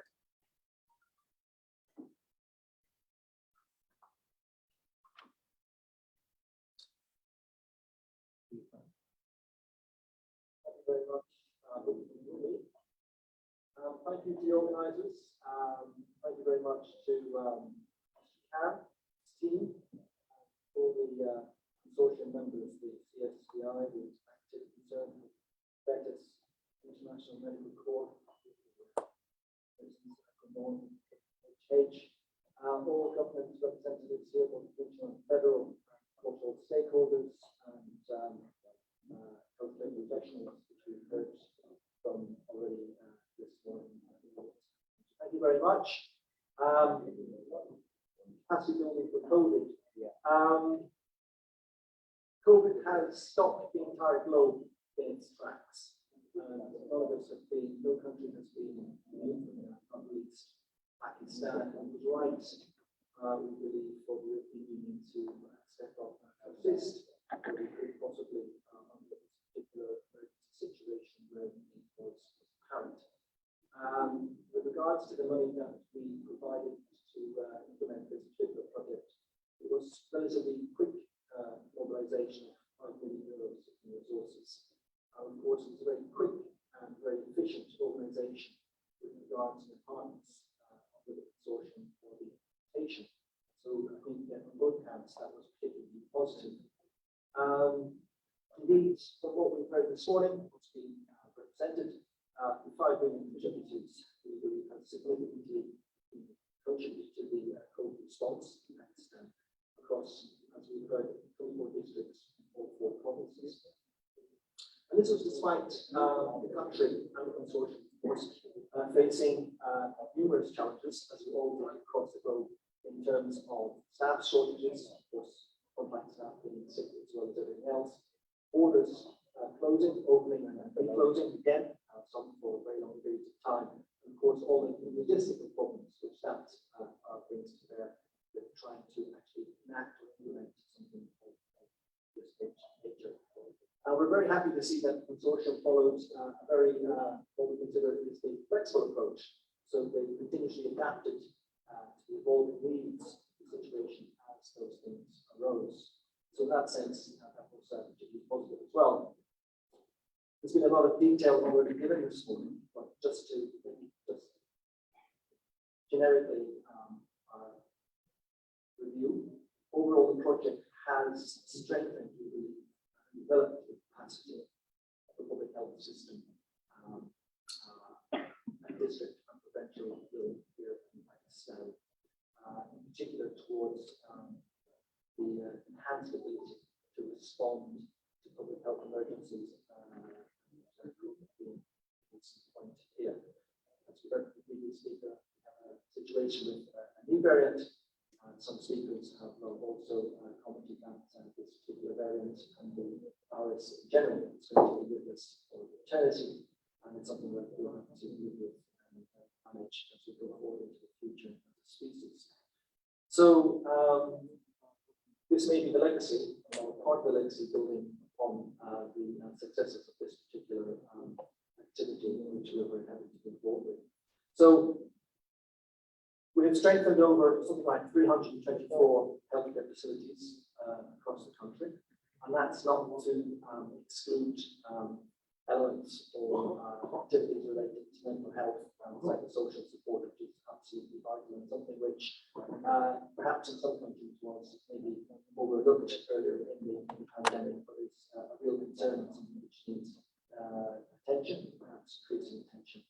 And the activity has reached, we understood, something like 2.5 million individuals as direct beneficiaries of the we've enacted through this particular project. And that's either through, of course, reaching out to mental health capacity, heard about the counselling service, but also in the provision of tests, personal protection equipment, including life-giving oxygen for use in intensive care units. So just to close, that of course, very happy that we were able to assist in this capacity, only as I said, directed from our delegation by the ECHO arm of our activities. And of course, the EU remains committed to supporting the most vulnerable and the most marginalized within the country through all our activities, not just here, but of course in the rural development, economic cooperation, governance, and education. So we're very happy to see that good resources have been put to good use, and that the country and the provinces goes forward, hopefully building upon what we've managed to contribute hopefully in a positive way. So thank you very much indeed for your attention.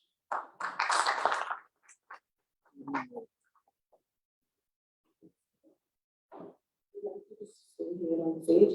Thank you very much, Dr. Stephen, for your time. And ladies and gentlemen, we didn't very strictly follow the plan of the event because of the schedules of Dr. Nausheen Ahmed Saiba and also due to the schedule of Dr. Stephen also, and then there were some changes, last minute changes. So now I would like to call on stage the DG Health, Khyber Pakhtunkhwa, Dr. Niaz Mohammad Sahab, and Dr. Noor Mohammed, DG Health, Balochistan. Please come on stage and present Dr. Stephen with the souvenir of the event.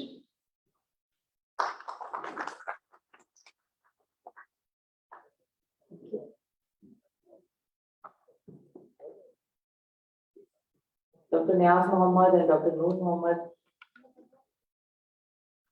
presenting the shield, souvenir shield to Dr. Stephen Langred.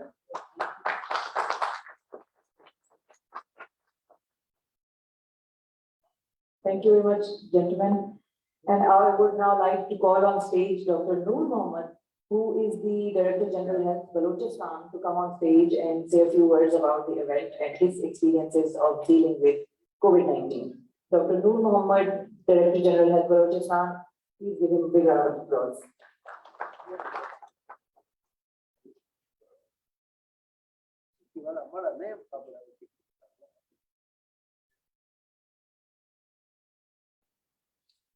अस्सलाम वालेकुम।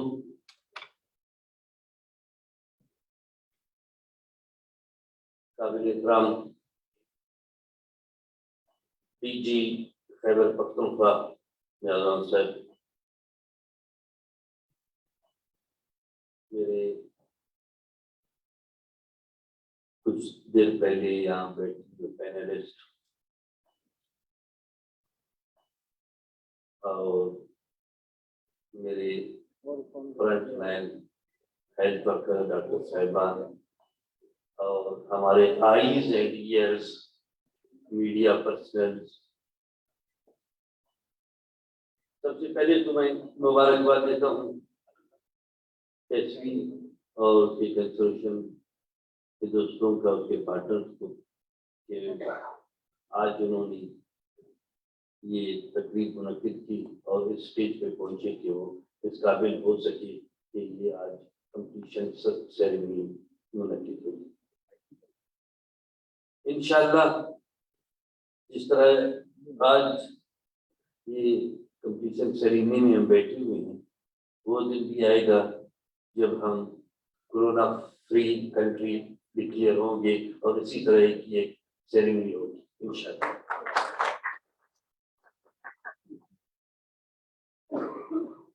मैं शुक्रगुजार हूँ फरहान साहब की और उसकी team का, तो उन्होंने बलूचिस्तान में काफी हमें सपोर्ट दी। तस्वीर ने हमें काफी चीजें दी, इसमें हाँ बहुत सी चीजें उन्होंने दी, डिफिब्रिलेटर, मॉनिटर, ऑक्सीजन प्लांट, लेकिन वो चीज वो भूल गए।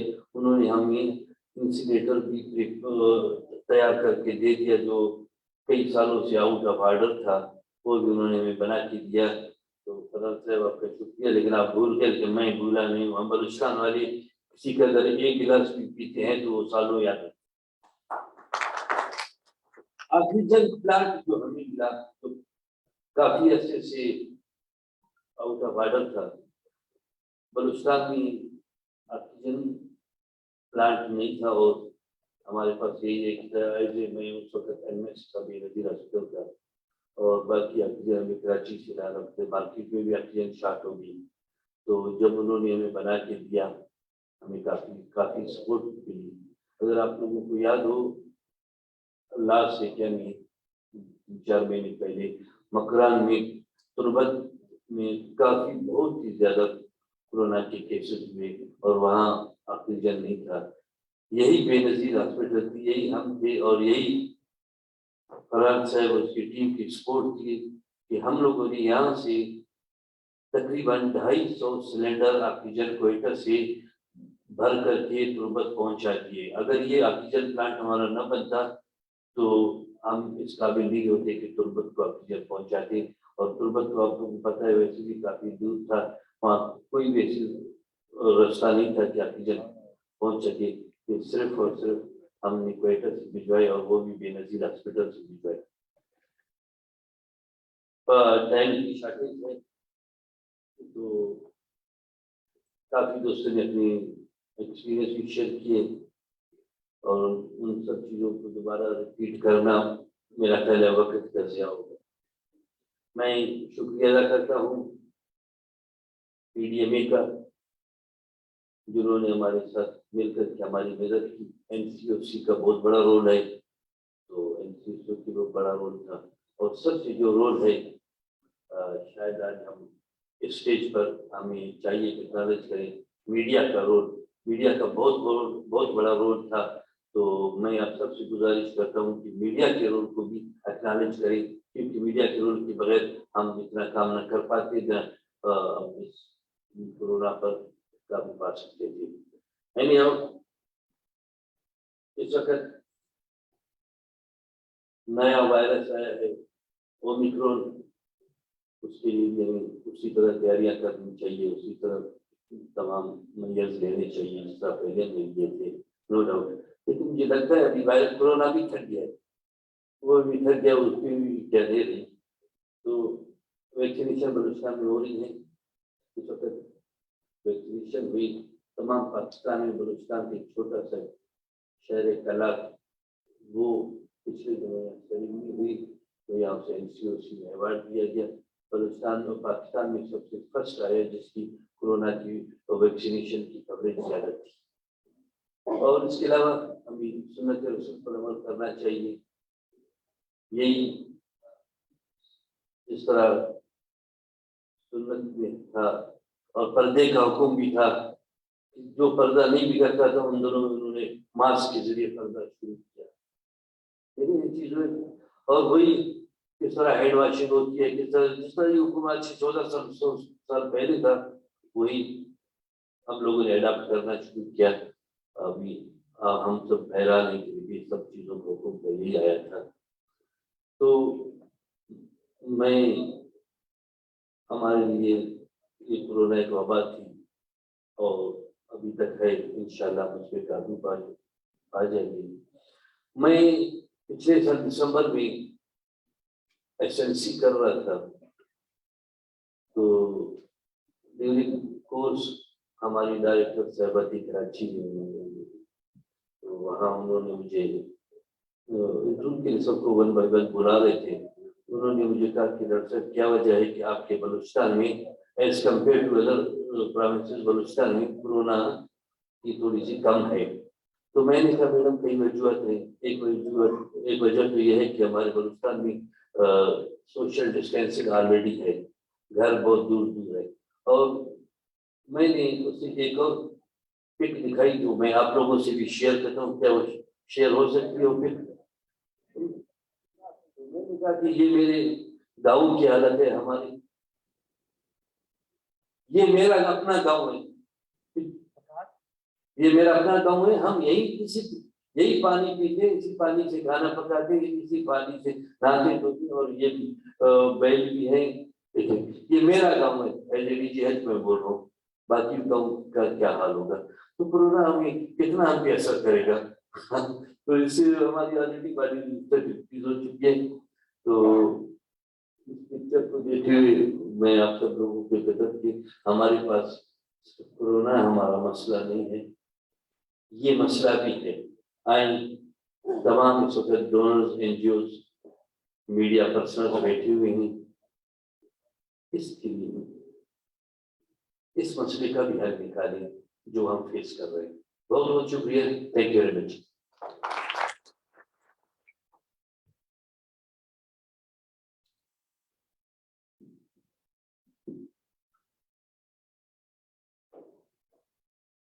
थैंक यू DG साहब, डॉक्टर नूर मोहम्मद, बहुत शुक्रिया। और एंडिंग नोट आपका पॉइंट टू पॉन्डर है हमारे लिए कि हमारे मसाइल और बहुत ज्यादा संगीन हैं Covid being one of them, और ज्यादा शायद सिवियर चैलेंज इसलिए है कि दुनिया पूरी में है, वो लॉकडाउन हो जाते हैं, हम भी अफेक्ट होते हैं, तो बहुत सारी चीजें हमारी हैं।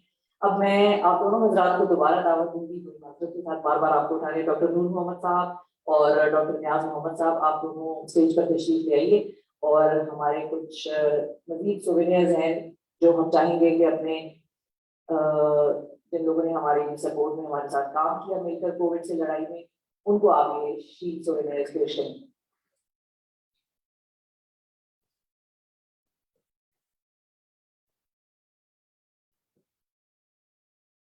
Syed Farooq Jamil sahab, special secretary health Khyber Pakhtunkhwa. Syed Farooq Jamil साहब।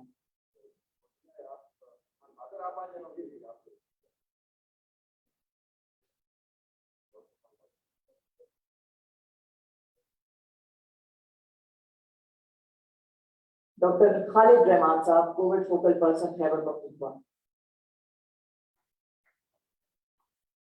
तालिया नासिर।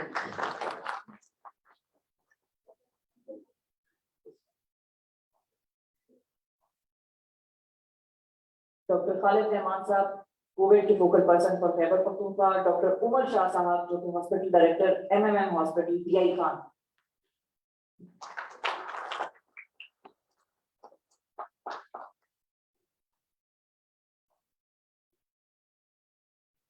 Doctor Mohammad Ali sahab, CEO district health authority Rajanpur.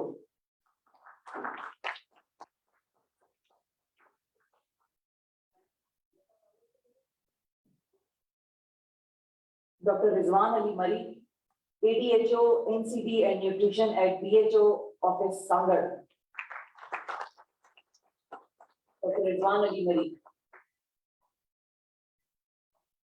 Doctor Rizwan साहब आएंगे? आएंगे, जी जी। डॉक्टर जमील अहमद साहब, BHO सक्खर।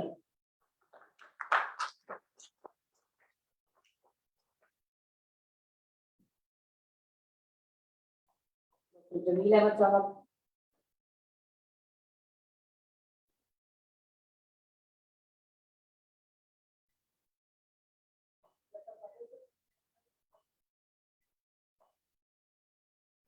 डॉक्टर रिजवान अली मरी। डॉक्टर वसीम अब्बास साहब, focal person Badin.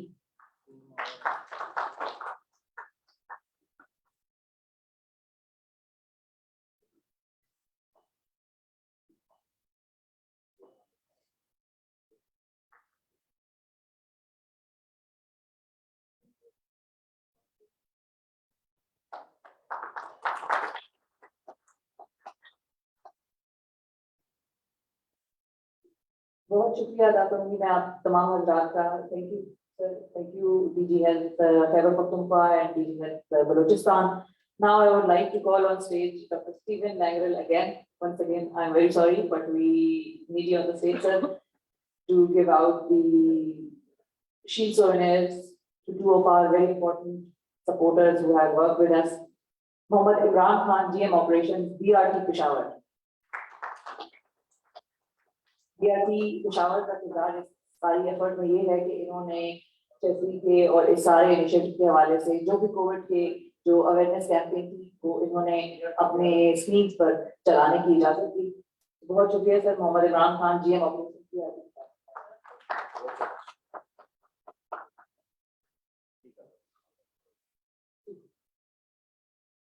Miss Sofia Chishti sahiba, GM डाइगो, जिन्होंने के BRT पेशावर की तरह अपनी बसेस में कोविड जो है चलाने की इजाजत दी, और उनके बिहाफ पे ये अवार्ड वसूल करेंगे। सोफिया चिश्ती साहिबा हमारे दरमियान मौजूद नहीं है इस वक्त, लेकिन बहुत शुक्रिया अदा करेंगे हम तमाम पार्टनर्स का, हमारे सारे जितने भी कॉलेज यहाँ पर पैनल में मौजूद थे।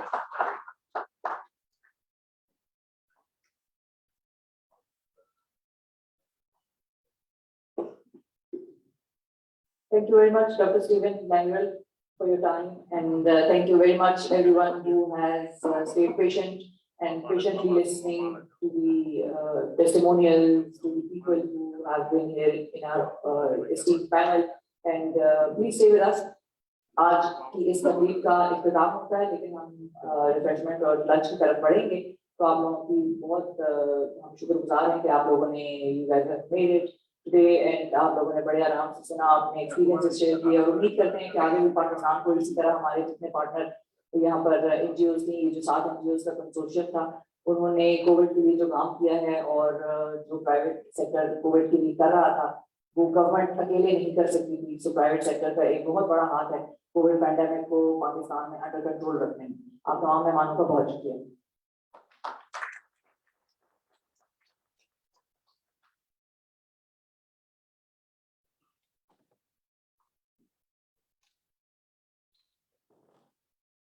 Lunch is outside, please, with all the guests to have lunch. And this food later is served in the outside lawn. Thanks so much.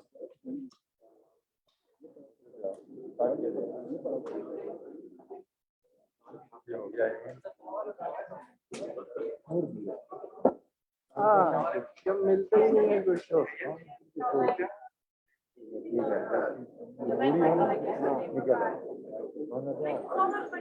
आज मैं उसको बुलाया 10 मिनट आए तो आधा